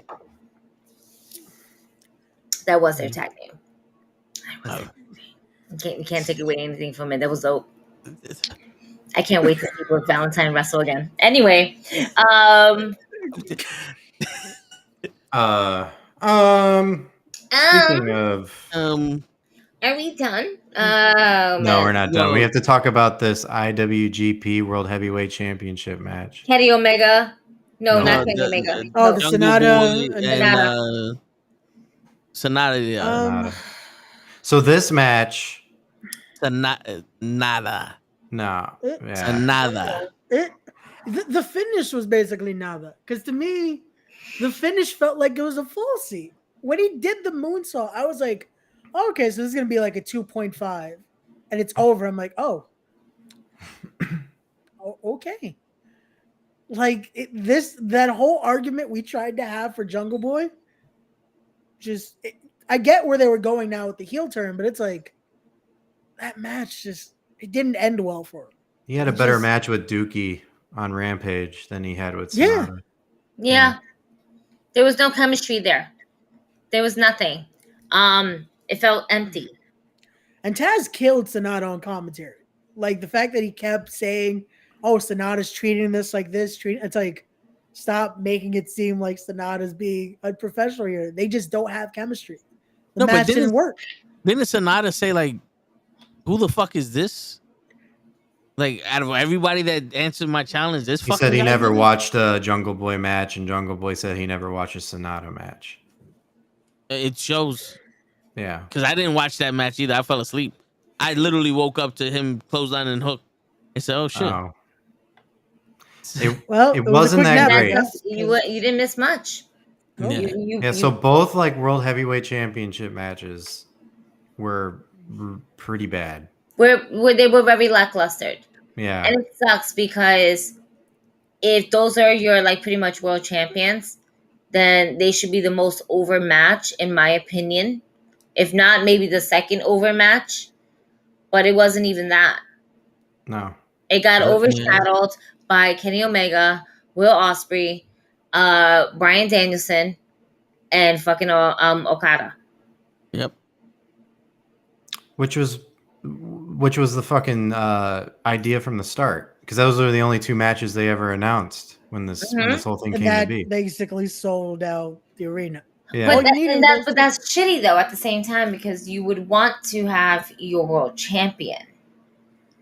Yeah, I don't know how you don't have MJF versus Sonata.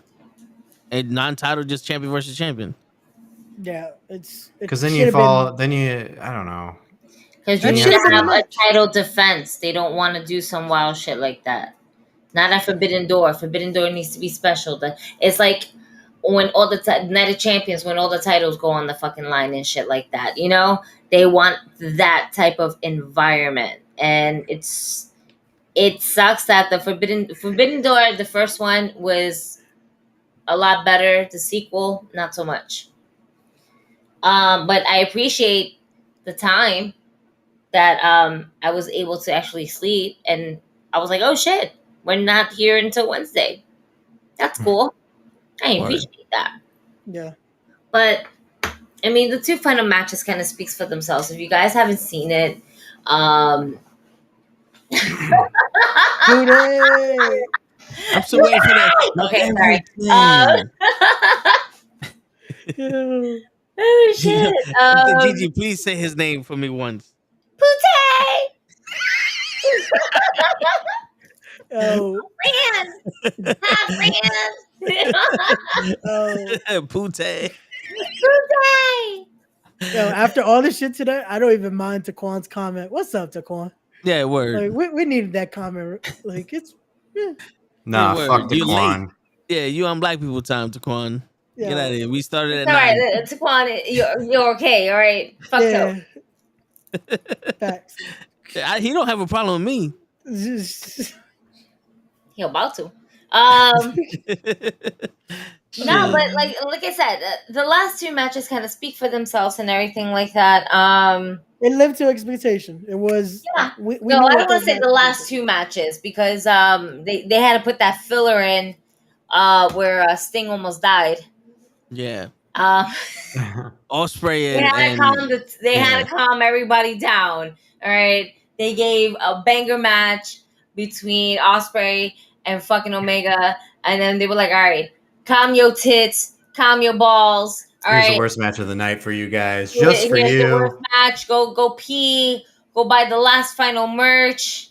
That's it. Last call for alcohol. That's it.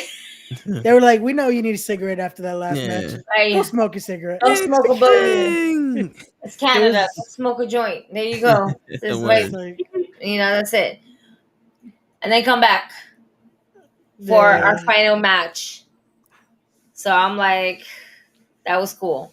That was Osprey very cool. Omega 2, I still think isn't as good as Osprey Omega 1.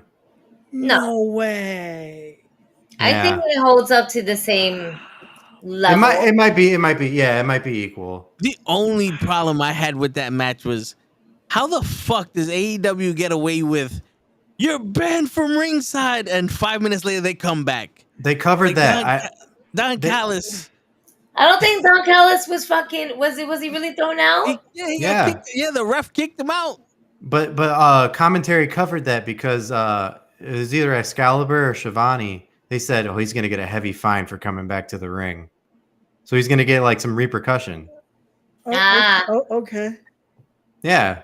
I don't like that still because it's like, so why doesn't everyone just be like, "Fuck it, fine me"? Because nobody wants to fucking take the fine. I don't know. It's like at this point, it's like, get out of here, okay? You can't see me. All right, I'm back, baby. It was my twin you kicked out. Where he changed the jacket. That would have been better if he came back with a different suit on. Change the jacket, change the shades. No, what he should have done was use his 2 security guards there, have them block him. Oh, you can't see me. You can't see me. Throw something to Osprey. Just something to not make it. I don't know. Don't make it obvious. Like, to me, it's like... Again, it just makes but it look. But it's Don Callis who wants to make it obvious. You know what I'm saying? Like that is like his whole gimmick, his whole thing. Like he wants to make it obvious. Yeah. So wait a minute. Obvious. Wait a minute. It was a problem that I said that I didn't like Omega 2 as much as I liked Omega 1, but then you were like, that doesn't make any fucking sense. Fuck! Well, the match itself is great. It's just that little tidbit is fucking like. I think they're equal. Listen, they're both at a certain age where their body fucking hurts and they can't just fucking deliver this same exact way that they did so many years ago. Yeah. And we made history.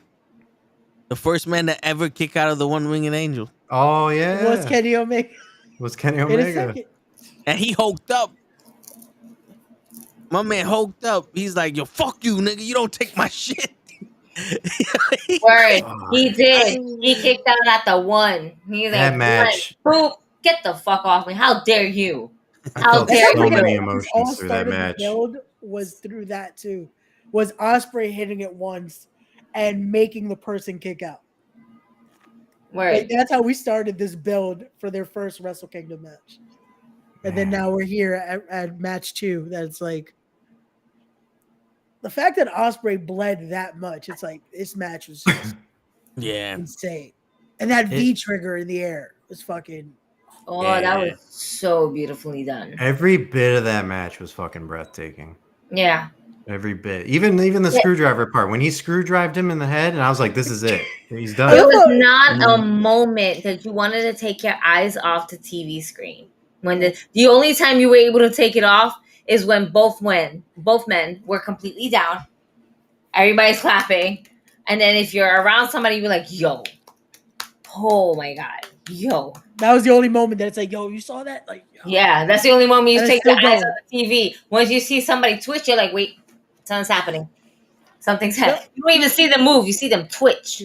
Like they're breathing I love how Ospreay was legit. Like, that's wait, horrible, how do I man. use this? Yeah, please. But that's also wrong. That's also wrong, Taquan, because they didn't bleed. Oh my God! Don't. Didn't Omega bleed? No. The comment that Taquan said about. Oh. No. It happened a different way. Don't be that. Don't be like. No, Omega bled, but it was just like, okay, I got like a boo boo. Omega bled because you saw him fucking bleed himself. Fuck that shit. If you did not see that, go back to it. You see him like. All right. I hate that they show it on camera. Like, it's like, come on. And it's like, you know what? I don't think it's intentionally that they show it on camera. They're just trying to get like, oh, he's out. But then it's like the cameraman doesn't know in the back truck, like, hey, let's cut to this one and see what, he's bleeding. Let's go back to this one. Like, my guy, who are you? Are you new at this? Is this your first day?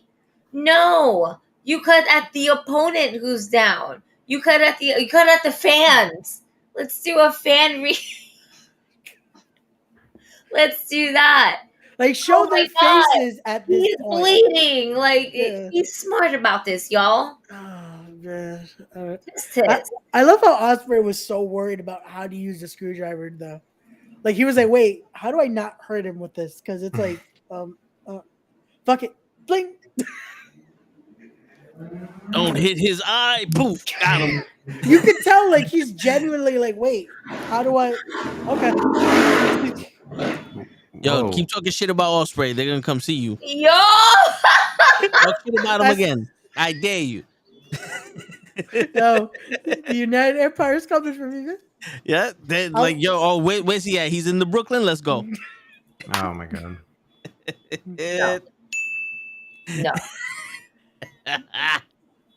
Well, if I'm not here for the toe in the show tomorrow, you know why. They got me, yo. I swear. United Empire killed me. Word. If the webcam wasn't right here, I would have been like, bloop, that's it, and just like shut this off. Be like, fuck you, man. You know, wake up the kid. Be like, hey, you want to curse him out? Fuck you for waking me up. It'd be like in that just second dream, like. Yo, so can I explain to you why I didn't like the ending of Brian and yes, Okada? Please, because I was going to say no. You in the chat. Be an asshole. Be like, no, listen, no, you may not. Without any knowledge of he broke his arm. Okay. My thing was Bryan Danielson went time limit draw with Hangman Page. Went time limit draw with Kenny Omega. He went time limit draw with MJF, and then they extended it 5 minutes, and he tapped out. And then I'm like, he got Okada in a submission. Okada shifts and completely comes out of the submission. Then he puts him in another type of submission where it's like, you're thinking on the fly how to do this, and Okada's not selling shit. He's like, go ahead, put me in. Go ahead, I'll give you the time of the day. And then he gives the weakest tap out. And I'm sitting like, we couldn't at least Maybe you got. I would have been fine with a knee to the face, knocks him out, pins him. That was. It felt rushed, but it also felt like Okada's better than this. That was my issue with that ending. If we didn't know the injury, and like we had this conversation legit on Sunday right after, I would have agreed with you. But the fact that now we know why, it's understandable. Because now it's like, fuck, he probably wanted to do more. He probably wanted to do, they could have done something else. He probably wanted to do all that shit you was talking about right now. Yeah. Right? I could have seen the finish probably being Rainmaker reverse into a lock. But if you're working with elbows on top of that, you know what I'm saying? And that's one of the kind of the key moves of BCC is just dropping those elbows, and that's always towards more or less the end of the match, right? That's like our introduction to the finish. But he couldn't even fucking do it. The fact that he still went, the amount of time that he went after the match and still had that finish was it's an incredible work when you watch it back and you're like, fuck, off of the elbow drop on top of that, off of a Macho Man elbow drop, son. Yeah. All right. And then just continue to go with it. And still did high flying moves and still did kicks and just everything that he could while still holding on to his arm. And again, he's still thinking, I probably just fractured something. Like, oh, I'm fine. Like, we'll then find out, oh no, it's broken. So imagine, he gave us 10 more minutes when that adrenaline that he must have been going through on top of that. Because if it's broken, all right, and you feel like it's just fractured, right? Imagine the adrenaline of him being in that moment, having this match, which is, a dream match to him on top of that, And in his mind, like, this hurts, but I'm not going to finish this shit because I'm not going down like that. Not here. Not now. I'll just deal with it. I'm running. Boom. The moves. No. Different wrestling moves on top of that, just going to the next and to the next and to the next. Until that finisher. Yes, I agree with Ray. If we would have just cut it exactly on Sunday, review this shit, that tap out did look a little weak. It really came out like it was one of those where it was like, wait, it's over? Okay. Yeah. It's like, again, in that moment, I was like, oh, we're done. Because I was expecting, again, a longer match. But now that we know the circumstance, I commend them for going 10 more minutes. Yeah. Any other person probably would have been like, yo, pin me. I can't do this. My finger hurt. Pro is willing to break his form right now and go 15 minutes. Guys, watch this. No, I'm just kidding. Guys, don't forget the GoFundMe is going to be in the chat for Pro's broken forearm. Word. But no. Speaking of that, go get yourself a GG for the win shirt. Hey. Yeah. Let's go. I like that. Yeah. Oh shit. Hey. You see that over there? You see that? Hey. That's right. We're going for the win. That's right. Well, the book bag, that's heavy, man. That book bag over there is heavy. You know you want it. You know you want it. Why? Because why not? What? Who wouldn't want to be a knucklehead that's going for the win? Come on now. Stop it. Yo, that's dope. I like that. Oh, yeah, it's that's right. That's right. Support us.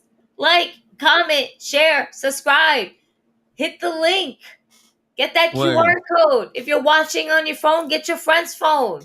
and then they can scan the QR code. All right, they're just on TikTok, they're just on Instagram scrolling. They need to get their hands on this shirt, man. You're doing them a favor when you hit that QR code. Look at that.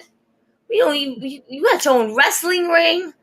Look at that. You can get your own Knucklehead Network wrestling ring. Just get your friend's phone. Or you know what? I know you got that trap phone. Get that trap phone to take that picture and that QR code. Come on now. Don't worry. Listen, you can go into incognito mode and boom. Nobody will ever know. But we'll know. Right. We'll know. But we won't say nothing. We'll keep it on the low, though. Yeah. We'll keep it on the low. We ain't snitching. And because I can't put the links for Kenny and Pro on there to get these shirts. So their links are on this shit too. So fucking scan that code too. Yeah. See that? Fuck you, Taekwon. Word. They're all there. All there. Oh no, they're not there anymore. No, the link for that QR code is in the chat. It's okay. It's in the chat. Yeah. And they can rewind this at least 15 seconds and still scan this shit right back all over again. There you go. Oh, man. That's our cheap plug for the night, folks. Yeah. All right. So Money in the Bank. Money. Oh, shit. We still got to talk about Money in the Bank. Yeah, I mean, but there's 3 matches for Money in the Bank. How many matches? 1? 1, 2, 3, 4, 5, 6, 7 matches. I love how you said 3 one matches. One long episode of Raw or SmackDown. Which one are we getting? Is this more Raw or more SmackDown? It feels like an episode of Raw. Yeah, this is Raw. Raw? Yeah. All right, so here's another episode of Monday Night Raw. Got it. Yeah, the reason why I said this is 3 matches because you got the Money in the Bank, you got the Bloodline, and Cody Rhodes versus Dominic. The other matches, Gunther and Matt Riddle, just thrown together. Liv Morgan and Raquel Rodriguez versus Shayna Baszler and Ronda Rousey. They just threw that together last week. Yeah. You know. See that I guess we'll get into it now because that Gunther and Riddle, there's a lot more that could possibly go into it. So we'll talk about that now. They fired Riddle right before the match and they bring out someone who deserves a shot. I like that idea. Yo, keep them coming, Ray. Keep them ideas coming, Ray. Storytelling for you, Pro. That's storytelling. Yeah. You should bring Logan Paul. Logan Paul versus Gunther. Yeah, Logan Paul versus Gunther. Yo, Toe, that was a careless comment, bro. That was a careless comment. Damn, son. Word. All right, wait. So that's Rollins versus Finn Balor, the Usos versus Roman Reigns and Solo Sikoa, Ricochet, LA Knight, Shinsuke Nakamura, Santos Escobar, Butch, Pete Dunne, excuse me, Damian Priest, and this fucking guy, Logan Paul. By the way, best video, if you haven't seen it, is from the Call Up podcast where prime drinks were being thrown at our wonderful friend, Logan Paul, and a KSI. Right? That's KSI? Yeah, KSI. There you go. I had everything. I was like, wait, right? I said that right. I'm high. I just want to make sure I'm doing this shit right.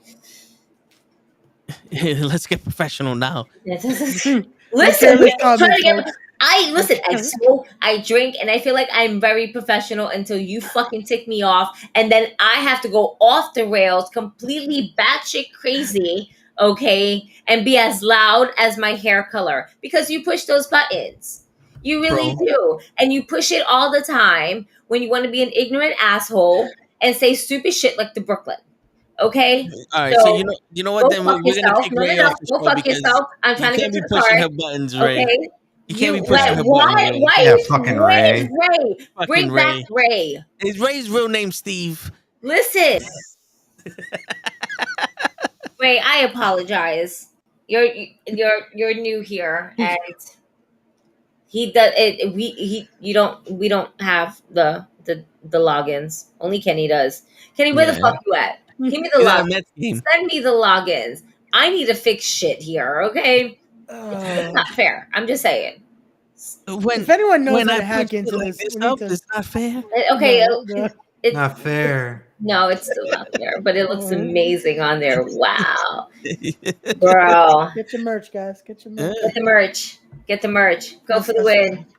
And a very Word. vintage Raw is War style on top of that. All right. Let's just do it this way. Yo, Okay. If that you don't is- like that's shirts, fine. we got you in tank tops. We got you in tank tops. Absolutely. It's I have that summertime. color. Get your tank top. I have that color. Yo, Gigi don't even know what she got. That's how No. exclusive this shit I is. thought it was a lot redder. I think that's when my brain is like, why does it look like a peachy, like heather red color? It's okay. It's that exclusive. Gigi don't know what she got. There you go. That's why you got to get the Word. merch. That. Buy the merch. Look at that. Gigi Buy the doesn't know. merch. I don't even fucking know. Word. Don't fuck That's, around that's, with that's how you plug it. You just be like, I "Nah, don't fuck even it. know. We That's go how with it." exclusive Word. this is. There you- Word. I don't even have my own. That's wild. go. That's You- just. You know You what's go- I gotta talk to the designer for this shit, man. This is wild. Word. Yo, everybody listening, cover your fucking ears. I'm gonna say something to the chat to the group here. You know, I wanted to make a shirt that was simple as fuck, but sell it for $500 and just say it's exclusive. Be like, yo, we only got one of these, and just see. I bet you anyone somebody would buy it. I feel like one of these idiots will buy it. Pay $500 for a fucking $10 shirt. All right, everybody, unplug your ears. Now we're back to the show. So Dominic versus Cody Rhodes. Listen, when you said that, I had to put it on mute. But as soon as you said that, the fireworks was going off over here, and I was like, you know what? They agree. It's a sign. Yeah. That's it. They Right. know. Yeah. That's what we doing. There you go. 2024. We done with this. We gonna be in the That's studio it. with that idea. That's it. There you go. That's it. Oh man, we also have the Taekwon. women's Money in the Bank. Becky Lynch, Zoe Stark, Zelina Vega, Bailey, Io Sky, and Trish Stratus. I love me Trish, but we're gonna get into it. Cody Rhodes versus Dominic Mysterio, Gunther Walter versus Matt Riddle. Thank you. You're gonna get me points because Matt Riddle's definitely not winning. Yeah, we need Gunther to get some points. The women's Yo, tag fuck you, team- Kenny. I had to because Kenny's just He's he's just killing being us. really, you know what it is? He's being really reckless in the fantasy faction. He's And careless with his comments. And man, as big as that man is, his head is getting as big too, man. Like you're getting there, bro. Like we see you, we celebrate you. But come on, you can't always be shit talking to like the people in the group, man. Like we all trying to support each other. Yo, I love how we I mean, should be I- the ones like we should be the three trying to make sure we go up in the Word, rankings. we should Nah, be 1, 2, 3. Me and Kenny just no. That's it. Like, He bro, made it we're personal with hate, you. man. Yo, We need to that's- conquer this. We That's it. we are a unit. I can't even speak. We are a unit. I said next round we got to come together. Like, okay, you gonna put this person on your team. You gonna put we gonna win this for the knuckleheads. Oh shit, that's right. And there you speaking go. of the knuckleheads, we got the pro wrestling. That's me, Taekwon. That's pro. Look at that shit. Wow. Hey. You can pick yourself up a duh shirt. Basic ass shirt. You're a basic ass bitch. Oh, Yo, Damn. that's Fucking right. Get the Taekwon. merch. Get the They done merch. Get the pushed fucking the merch. muffin button. They done pushed the muffin button on pro. Someone give Damn. this man a muffin. That sweatshirt is dope. Pick that up. I still got that Oh, sweatshirt. That's a man. dope ass sweatshirt. Word. Summertime's only 2 months. Yo, Yeah. facts. I'm just saying. Word. Want to wear something to a show and represent? Wear that. Yep. Anything from the Knucklehead Network, you wear. Be smart. That's right. And if not, then go fuck yourself. Yeah. Word. We're not here for your bullshit. But if Yeah. you want to go ahead and keep watching, thanks for being a fan. Word. Yo, you know what's funny? We have a shirt that says "Not Here for the BS." So there you go. Buy that shit. Yeah, you can buy that. There you go. You're not here for the BS. Yeah. And you get Pro's hoodie, and underneath his hoodie, you wear our hoodie. Boom. Yeah. Yo, Look at That's that. it. That's Buy it. the fucking merch. Buy the merch. We're a Assholes. fucking unit up in this bitch. Word. hey. All right. Dumbass. All right, let's get Yo, some money in the let's- bank. Let's rapid fire this shit. Gunther versus Matt Riddle. Who y'all got? I got Gunther. Gunter. I need Gunter to win, but I feel like Riddle's going over. No. No. I'm How scared. dare you?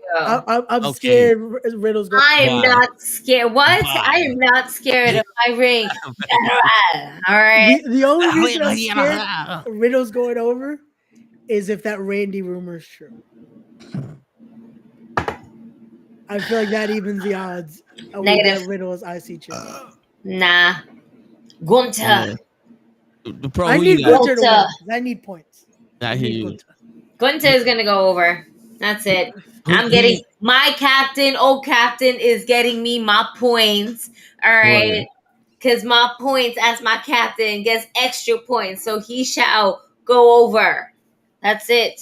Word. Oh, yeah, he's your champ, so you need more points with that too. Ronda Rousey and Shayna Baszler versus Liv Morgan and Raquel Rodriguez.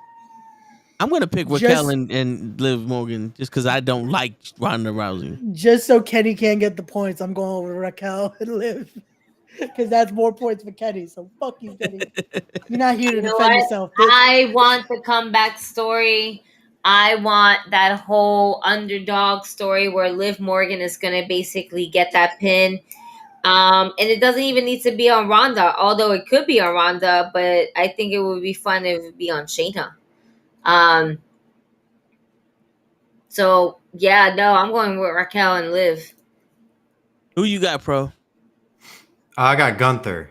Oh wait, we're on the other one. Sorry. Well, you still. There we go. We know. We're Pro. Women's tag team match. Let's go. All right, Liv and Raquel. Word. There you go. No, because I'm not going. Raquel's hot. So, but I just don't like the fact that they're fucking throwing these two people together that have nothing to do with each other. Well, they were a team for the longest, and now they're a team again. Just randomly. When? 5 minutes ago, it was Aaliyah and her first. That was, but Aaliyah was, man, I don't know what.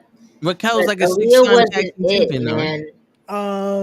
Raquel is like the Kofi Kingston of the women's tag team division. I want to say a good 4 or 5 time, man. Yeah, right? It was right there. Cody Rhodes versus Dominic Mysterio. Cody. Dominic. Ooh.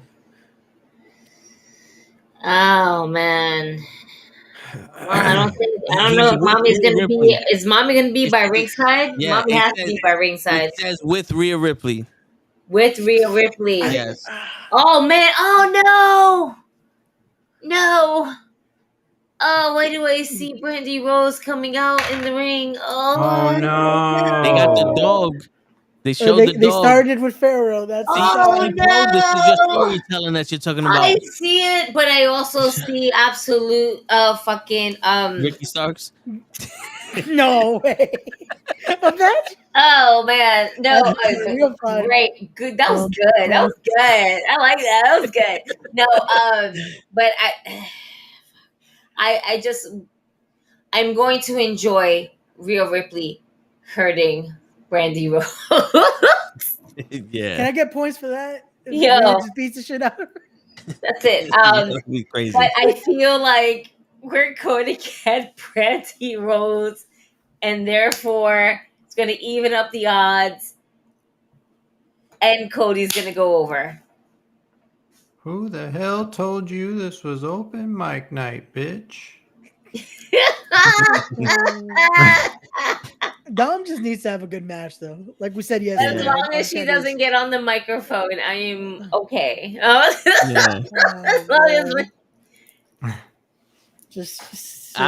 would say Cody also. But who you got, Pro? That's fine. I say Cody. I changed my mind. Because I said Dominic at first. Listen, I love you want Dominic to win because I think Dominic would need a W and Cody doesn't need it really. Yeah. But man, I do see fucking Brandy coming out. And she's been talking a lot more shit on Twitter.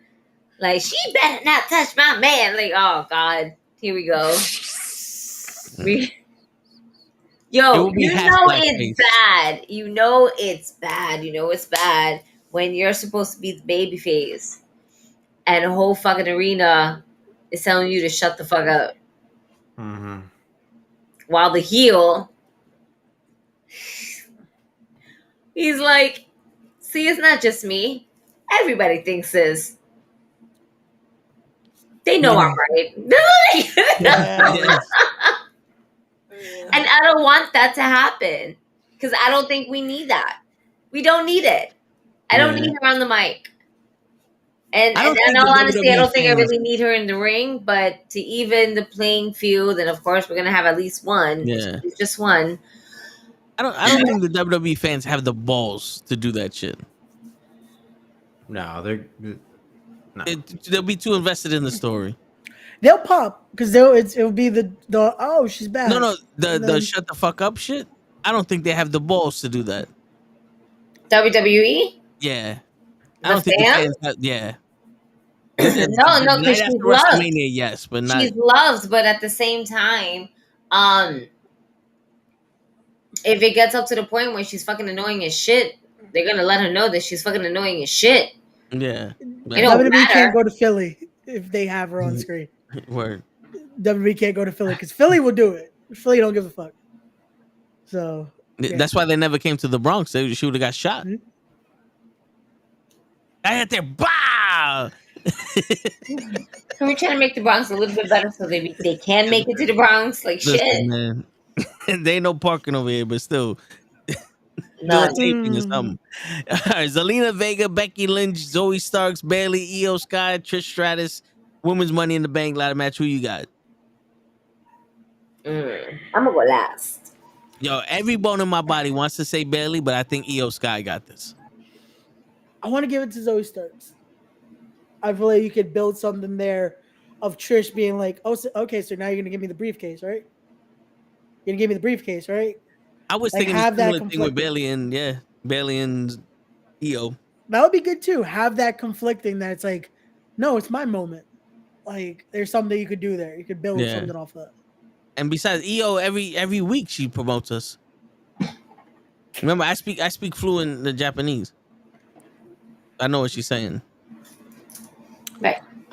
I just hate how like 3 of these people have already been champions. Like the Money in the Bank matches are supposed to be for like higher up mid carders to show what they can do, win a briefcase, and then fucking go after the have a championship match.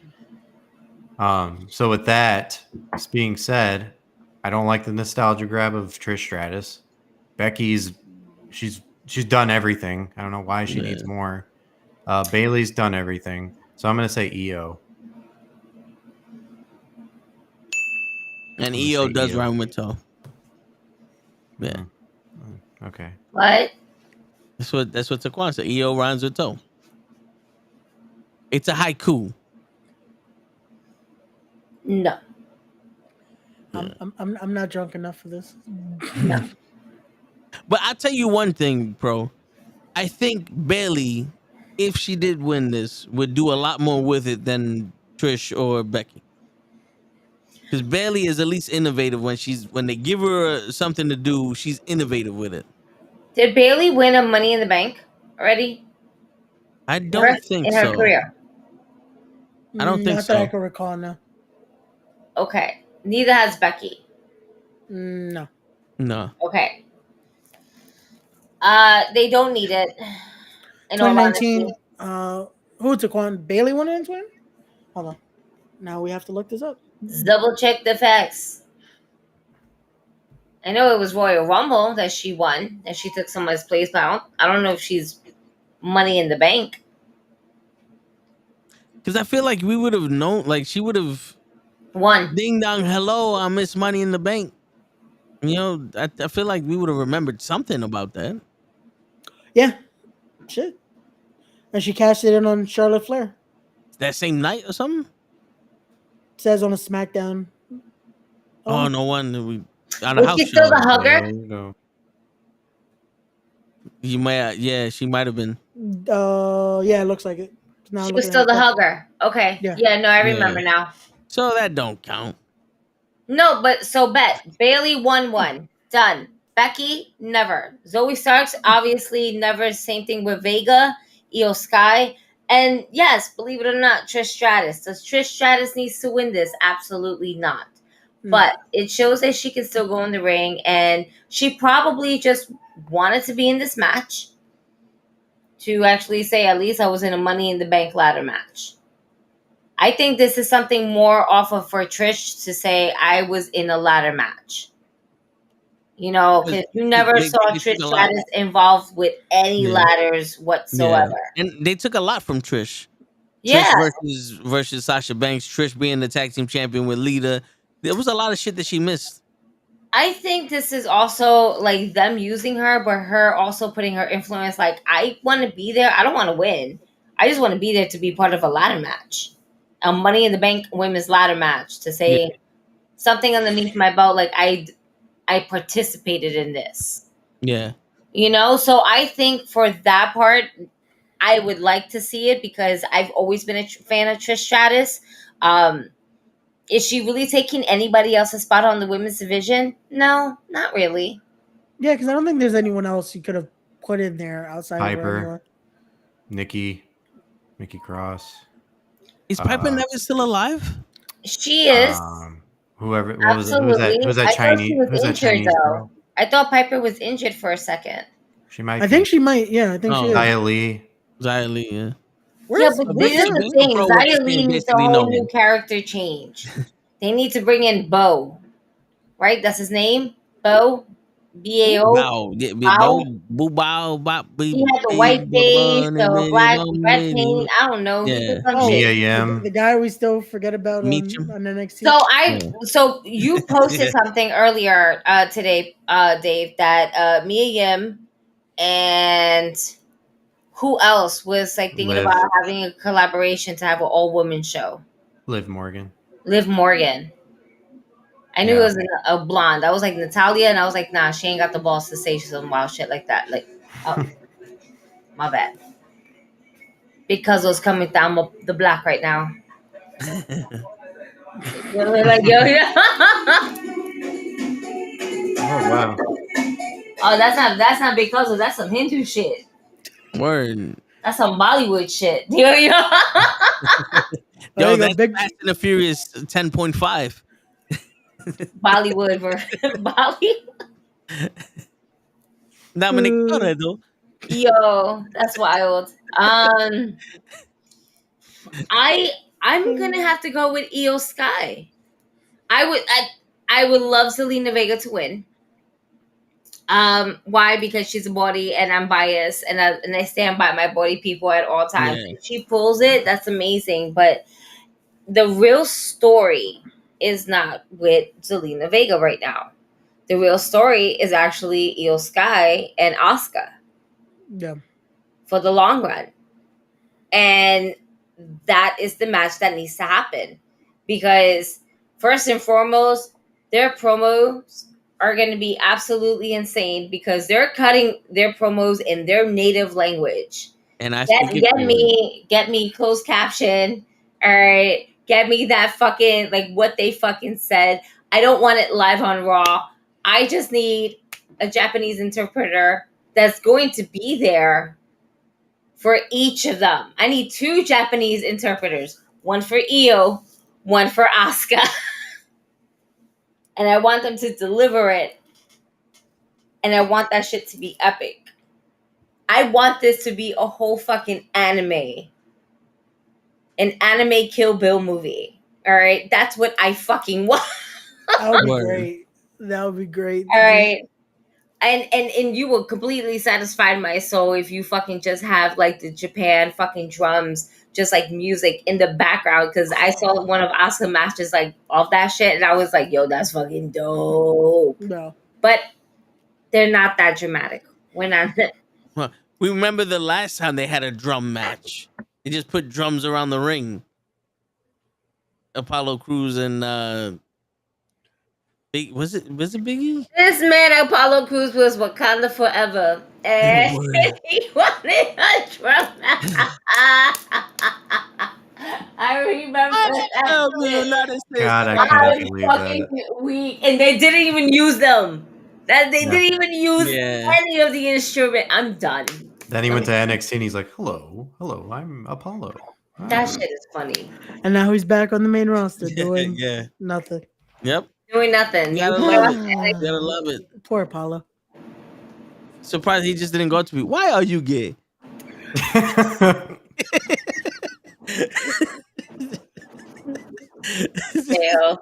Oh, that video. And right. a perfect segue to the men's Money in the Bank match. Ricochet, Shinsuke Nakamura, LA Knight, Santos Escobar, Butch, according to Gigi, Damian Priest, and Logan Paul. Butch. Butch. It's Butch. Butch. Butch. El Butch coming to you live. Saturday night. Money in the Bank. Ladder match. El Cido de Grito. ¿Cómo te hace? Yo, man, how many fucking reports? Let's just put it out there. All right. There's been reports about Logan Paul being imaged and winning Money in the Bank. Blah, blah, blah. Maybe they're just trying to feed us into this bullshit. Yo, did you see how sad Ray just looked? He did the God damn it, man. Because again, it's like when they put that, it's like, who's in this internal conversation? But it's also like, fuck, it's probably gonna happen though. Like, it's. Don't let it be true. Yeah. Don't let it be true. It's like, fuck, man. And not even because of them saying that those are the internal reports, just the fact that, again, probably just for the fact of it's a walking billboard with this guy. He's going to take it everywhere. It adds the surprise factor, but it's like, please, anyone but him. I don't think. Let someone actually have this opportunity valued instead of let's give it to Logan Paul and him cash it in for like a U.S. title shot. You know what they should do? They should have Logan Paul go up to the thing. He grabs the briefcase. The lights turn off. The Fiend comes out. Mandible claws him, throws him off the ladder, and drags him to the back and let him fight the Fiend. But you know, like anybody but Logan Paul. Like do the Roman Reigns shit with him. I wouldn't mind that. No, but I wouldn't mind him being like, oh shit. See ya. Yeah, I wouldn't mind that. But just to show Cosmic that I would push Ray at any time for, I'm gonna pick Ricochet because Ricochet and push Ray rhyme. I hope Auntie Lala watches this. Yo, listen. Just more ammunition. Wait to have her back. She watches this because you know. How do you not watch us? But I'm just saying, it's Lala. It's not about you. It's not about me. It's about patience. And if you watch Dreamgirls, you would get that reference. Watch Dreamgirls and picture me singing one of those songs. Okay? No. Toey want a rib. Toey want a steak. Toey want a piece of that chocolate cake. All right, anyway. So fuck Logan Paul. I'm choosing L.A. Knight. Yeah. Same. L.A. Knight. All right, who you got, bro? I'm choosing LA Knight. There we go. It's not gonna be Logan. We gotta. We have to unite on. I feel like they're just saying that shit just to get people all riled up and to be for people to watch. Yeah, so people the thing watch is, it. that works though. That works if it gets people to be like, I have to watch. Are they gonna be this stupid? Are they gonna do it? Right. And that's if they why most do, people are still watching. If they don't, people are still watching. Like, it works. So we're going with LA Knight. Even Taquan is going with LA Knight. That's his fucking real name? No. Lacavius Alexander Knight? For Taquan, we're going to say it is, though. That's his name. I mean, he does look like a Laquavius. Yeah. There we go. Just saying. For the match that Lay is looking forward to the most. Yeah, Seth freaking Rollins versus Finn Balor. Oh, man. Just because I need the points, Seth has to go over. Jesus. Seth has to go over.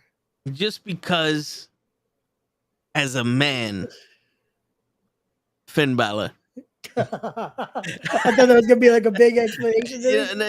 Finn Balor. Finn Balor. How about you, Dave? I'm going to go with Finn Balor, too, because, you know, he's had some bad luck with championships and winning them and then having to give them up. And It's been what 7 years that they said. Yeah, it's just fucking time. If it was any other night, but I want him to win. That's the thing. I want him to win, but I think I know Seth is gonna win. Yeah, right. It's one of those where if it wasn't for this fantasy draft, I would have probably said Balor would go over, but I need Rollins to go over. Like, because Balor needs a redemption. Honestly, if I'm going actual with all this, Balor needs that redemption win. He needs this, but he does. I need the points. Look what they did with the fucking demon. Yeah, he needs this. He needs this. But Seth's my captain on this fantasy draft, so I need Seth to win because I get the good amount of points. So yeah, Rollins. Did you make a slushie? That's what I thought it was too. No joke. No, my cup changes color with cold water. Oh shit! I really was like, yo, that you was got a slushy, fucking slushie? No. You went outside. The Coquito man was out there. That's my fingertip. You got a fucking piragua and shit. Oh, it's not. I wish. Yo, like, I definitely got like chips and guac. I got the ill monkey. Yo, she was. Yo, how fast are you? She got a fucking piragua and Chipotle at fucking 12:30 at night. Holy shit! No wonder everybody honking.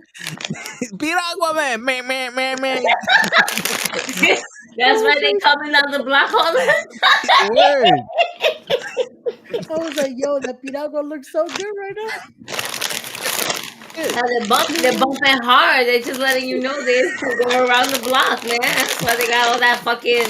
That's it. That dembo reggaeton music on. That's it. We out. Word. We outside. We outside this summer. We outside. Yo. Only in New York, guys. Only in New York. Right. Oh man. So who you got? Who you got? We're on the men's money. Rollins or Finn Balor? Oh yeah, we're on that one. Oh shit. Seth. There we go.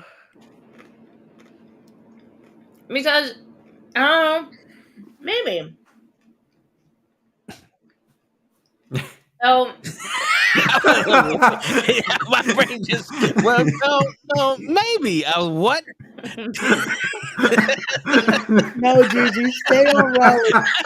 We need Rollins to win. No, maybe. No, maybe. We need Rollins to win. That broke me. I don't know. Maybe. wait, Yo, that guac is hitting right now. That's what it is. As much as I was a piragua, her brain just went. Maybe. I'm gonna stick with that. I have to get my points. I just remember that. I don't have Finn Balor. We need points. Right, we need points. Seth Rollins. Yeah, there we go. And the main event of the night, the Bloodline, which is Roman Reigns and Solo versus the Usos, which is Jimmy and Jay. I need the points, Usos. I'm gonna say Usos also. Wait, Kevin Owens and Sami Zayn don't have a match? No, they have a match tomorrow. It's being pre-recorded today, I believe. Yep. Whatever. It's pretty deadly. Because remember, Sami Zayn can't go to England because of his religion. No, that's not why. I know. I'm just fucking with you. There legit is no reason. They just said, yeah, we're not going to put the tag champs on the show. Yeah. Makes no Why sense. you need the tag champs on the show? It's not like they meet, it's not like they're the champions or anything. Yeah, they're the just hold them both. undisputed tag team champions. Like, there's a storyline we've been having for the last 3 years, right? Roman's been killing it. Main event Jey Uso's been killing it. All right. We finally got Jimmy along after his injury. All right. And then we also have this kind of unfinished story with Jey Uso and Roman Reigns. Right? Yeah. Because Jey Uso was going to be that one that was going to dethrone Roman. But what happened? Jimmy came in, tried to save his brother, and then, brother's keeper. Yep. That's why the Usos are going to end up winning over Roman and Solo. Yeah. It kind of really ties back into that Hell in the Cell match. Yeah, 100%. And it's great. And it's great because the story. This is finishing the story, Cody Rhodes. Yeah. Take fucking notes. All right. Word. So, like so shit. I have a question for y'all. Does this match open the night or close the night? Just because I want that storyline I said earlier. Roman Reigns. Roman Reigns closes the show. Do they cash the money in the bank and?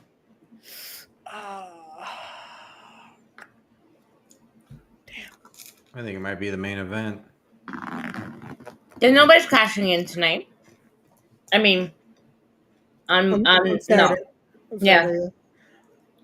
I kind of want that match to open because I want that story we talked about at the beginning.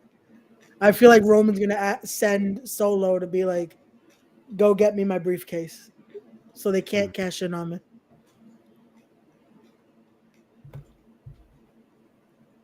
Yo, is that Wakafu? Is it like Yakafu, like Yakuza with a foo in it, or is it just YK foo? It says YK foo, but hey. Yeah, but if you sound it out, like in kindergarten, sound it out, Yakafu, Yakfus. There's no A. There's no A. It would just be Ikfu. Yeah, but Y is Ya. Yakfu. No, YA is Ya. He says it's YK fu. There you go. Wait, no, he's saying that's Yak Fu. Yeah. Yo, Fu, what's up? Yes, Joe. Yes, you're right. We're just gonna call him Fu. We're wrong. No, I'm just saying because it would have been the space between the Y and the K. No, yeah, totally. We're gonna call him Fu. Listen, I'm gonna call you the Fu. Why did we go over? I mean, so that was the only question I had. We pretty much did it all. Pros ready to stroke the Quan out the window. Mm-hmm. I'm gonna have to go with the Usos, man. Yeah, I don't know, man. I feel like this is the kind of like break that we need within the bloodline. Yeah. I feel like it adds more to it now because now it's like Roman and Solo losing, they now start to crumble internally even more. Because now Roman's gonna be like, they already did that. I thought didn't they have the Usos versus? Or am I thinking of something else? No, they had Sami Zayn versus the Usos. Yeah. So, but now would this be a time to prove that Solo is the dominant brother? Yeah. Would this spark the Usos trying to turn Solo? But I feel like they have to, little by little. They're gonna try to put that in them too. Like, because would this be like, yo, Solo's good enough to be the strong guy, and they don't need a full group. It's just Solo that's protecting Roman. Well, somebody's got to carry the match for Roman because he can't do it. So. He can. No. Carry the match. In a tag match, I would. Okay. In a tag match, I don't know. It's been a while. It's tough. Mm-hmm. It's tough to say. You hear this, Lay? I'm trying to figure out how. You telling me that the Usos can't carry this match? No, Usos can do it. 3 out of the 4 people. He's not saying the Usos can. He's just saying Roman Reigns can't do it. Which how? When did Roman lose his ability to carry a match? Pretty much his whole career. Is it the red? That is a conversation for another day. Because I don't like his work in the ring. Okay, let's settle this right now. Roman Reigns versus Kenny Omega. Who's winning? Kenny Omega. What? That's not even a question. Kenny Omega. How many Roman matches made you go the way that you felt for Omega and Ospreay? won the match with him and Jay. With him and who? Roman and Jay. It made you go, oh my God. Oh, false finishes. Really? Yeah, because they told there was emotion in there. They told a story in that. He was monologuing throughout that whole fucking thing. There was no fucking match in there. Oh, you guys are blinded. Blinded, I tell you. Are we being careless? Don't be an fucking AEW careless. Mark. Don't be an AEW Mark, man. I'm almost running out of guac. It's your fault, bro. No, it's Joe's fault. Yeah. Word. He wants to be late. Well, all right. So there's a reason why he didn't come in is because he has to be at work at 6 o'clock in the morning tomorrow. So he needed to go to bed early. So he's just probably walking in his house now. Oh man. But yeah, he warned me about it. Did I just blow your guys' mind by saying that? I feel like I've been. Oh, I feel like I've had that opinion for a little bit. He can carry a WWE match. But if you're going to compare him to Omega, he ain't doing what he did with Ospreay. And to be fair, I didn't compare him. You're the one that asked. Well, I did that to be a dick. I asked, you compared. Dick, you compared. Dick compared. Wait a minute. What type of wrestler would Roman Reigns be if he would have competed in Japan? Wardlow. I would love to see him, branch out of that. But from what I've seen, it's been nothing but suffering succotash and. So again, you're blaming the WWE machine. If Roman was out, maybe not. I don't know. It would have been because there's a bunch of his family out there. He could have been just like Jacob Fatu. He could have been like Lance on the He could have been like Jacob Fatu and not that way, not the other way. We found out today. Maybe you don't want to be like Jacob Fatu, but you get what I'm saying though. Like without that branding on him, just getting to do what you want to do. There's a difference in a competitor. So there's something to it. That's what I'm saying. And I've said this in my opinion, man. Like I love this storyline. I love it. It's the best storyline in wrestling right now. And I'm not going to contest that in any way. But the years that I've watched Roman Reigns, I've just never been impressed. Even before AEW. I just never was like, wow, that was a great Roman match. That barricade spot that I've seen 50 times, fucking excellent. I will tell you this. When CM Punk had his run with the Shield, I felt like Roman gave him the best match. And that's saying a lot, yeah.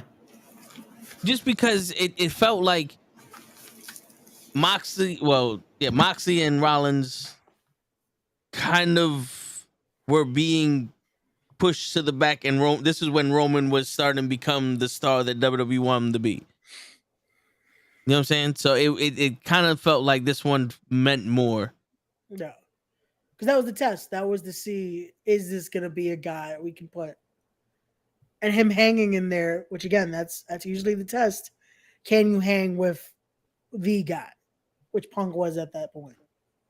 But I understand where you're coming from, Pro, because until this, this heel turn for Roman, he's really hasn't been doing nothing. It looks like it's been handed to him. A lot of stuff has. Yeah. But that's how WWE is like, that's how their mechanics work. Yeah. Unfortunately. They're not reckless like AEW. We get unfortunate at the same time. You got to take the good with the bad, right? Yeah. I agree with you, G. Because I feel like the Tribal Chief is a character to as real as what we're going to get Unleashed. This is WWE's Unleash version of Roman Reigns. it is not New Japan Pro Wrestling Unleashed or anything, any other corporation that kind of be like, you want to go the extra mile? Fuck it. Have fun. But what? Nope. But what? But have fun. Yeah. And then when you give someone like Roman that green light, he would probably be like, nah, I'm gonna do some wild ass shit real quick before I can't do it no more, before my body doesn't allow me no more. And I think that would be dope, especially with with everything that's been going on or has happened in Roman Reigns' life, real life. Him defeating cancer again, then coming basically all the way from to suffering succotash to being the one tribal chief. He has worked on his craft, and adding someone like Paul Heyman is really cool because Paul Heyman is always that that little hate fluffer that a heel would need to make them even be more despicable to the crowd, because it's who the crowd loves to hate. Just his facial expressions alone makes it seem like Roman is saying something important. Yeah, it adds more to it. It adds that like now you really want to hate him. And most of the time, it doesn't have to say anything. It's just those facials. It's those little things that it's like what Darius spoke about last time. Like it's just those little things that makes us feel something. Word. And Paul Heyman will always make sure that you leave with feeling something. Yeah. A thought, an idea, an expression, something. I still got like queso blanco because I ran out of guac. But I don't have that many chips left. But I mean, and I really wish I had like bought the large bag, but I'm not paying $8 for that shit. That was free with my points. Hey, I hear that shit. But I mean, we went over time because Pro and Taquan and the chat want to argue with each other. Wait, did we say who was our picks? Oh yeah, we did. Yeah, we did everything. Yeah. Just making sure. I want to make sure we went over every card. Boom. Yeah. Done. Finito. Word. Mm-hmm. So what did we learn today? That me and Pro are gonna push Ray. Larger bag of chips. Don't chew on the table. Mm-hmm. Don't chew on the table. Yep. And Ray needs to tell Willow what we said. Stop fucking around. What? Yep, exactly. I told Ray to text Willow that I said that she had the second best match of the night, and Ray was like, "Fuck you, Toe. I ain't telling her shit." Wow. Yo, she made me twerk. We had a moment. Okay. And on that note, it's your friendly neighborhood knucklehead signing out. Peace, everybody. I don't know, maybe.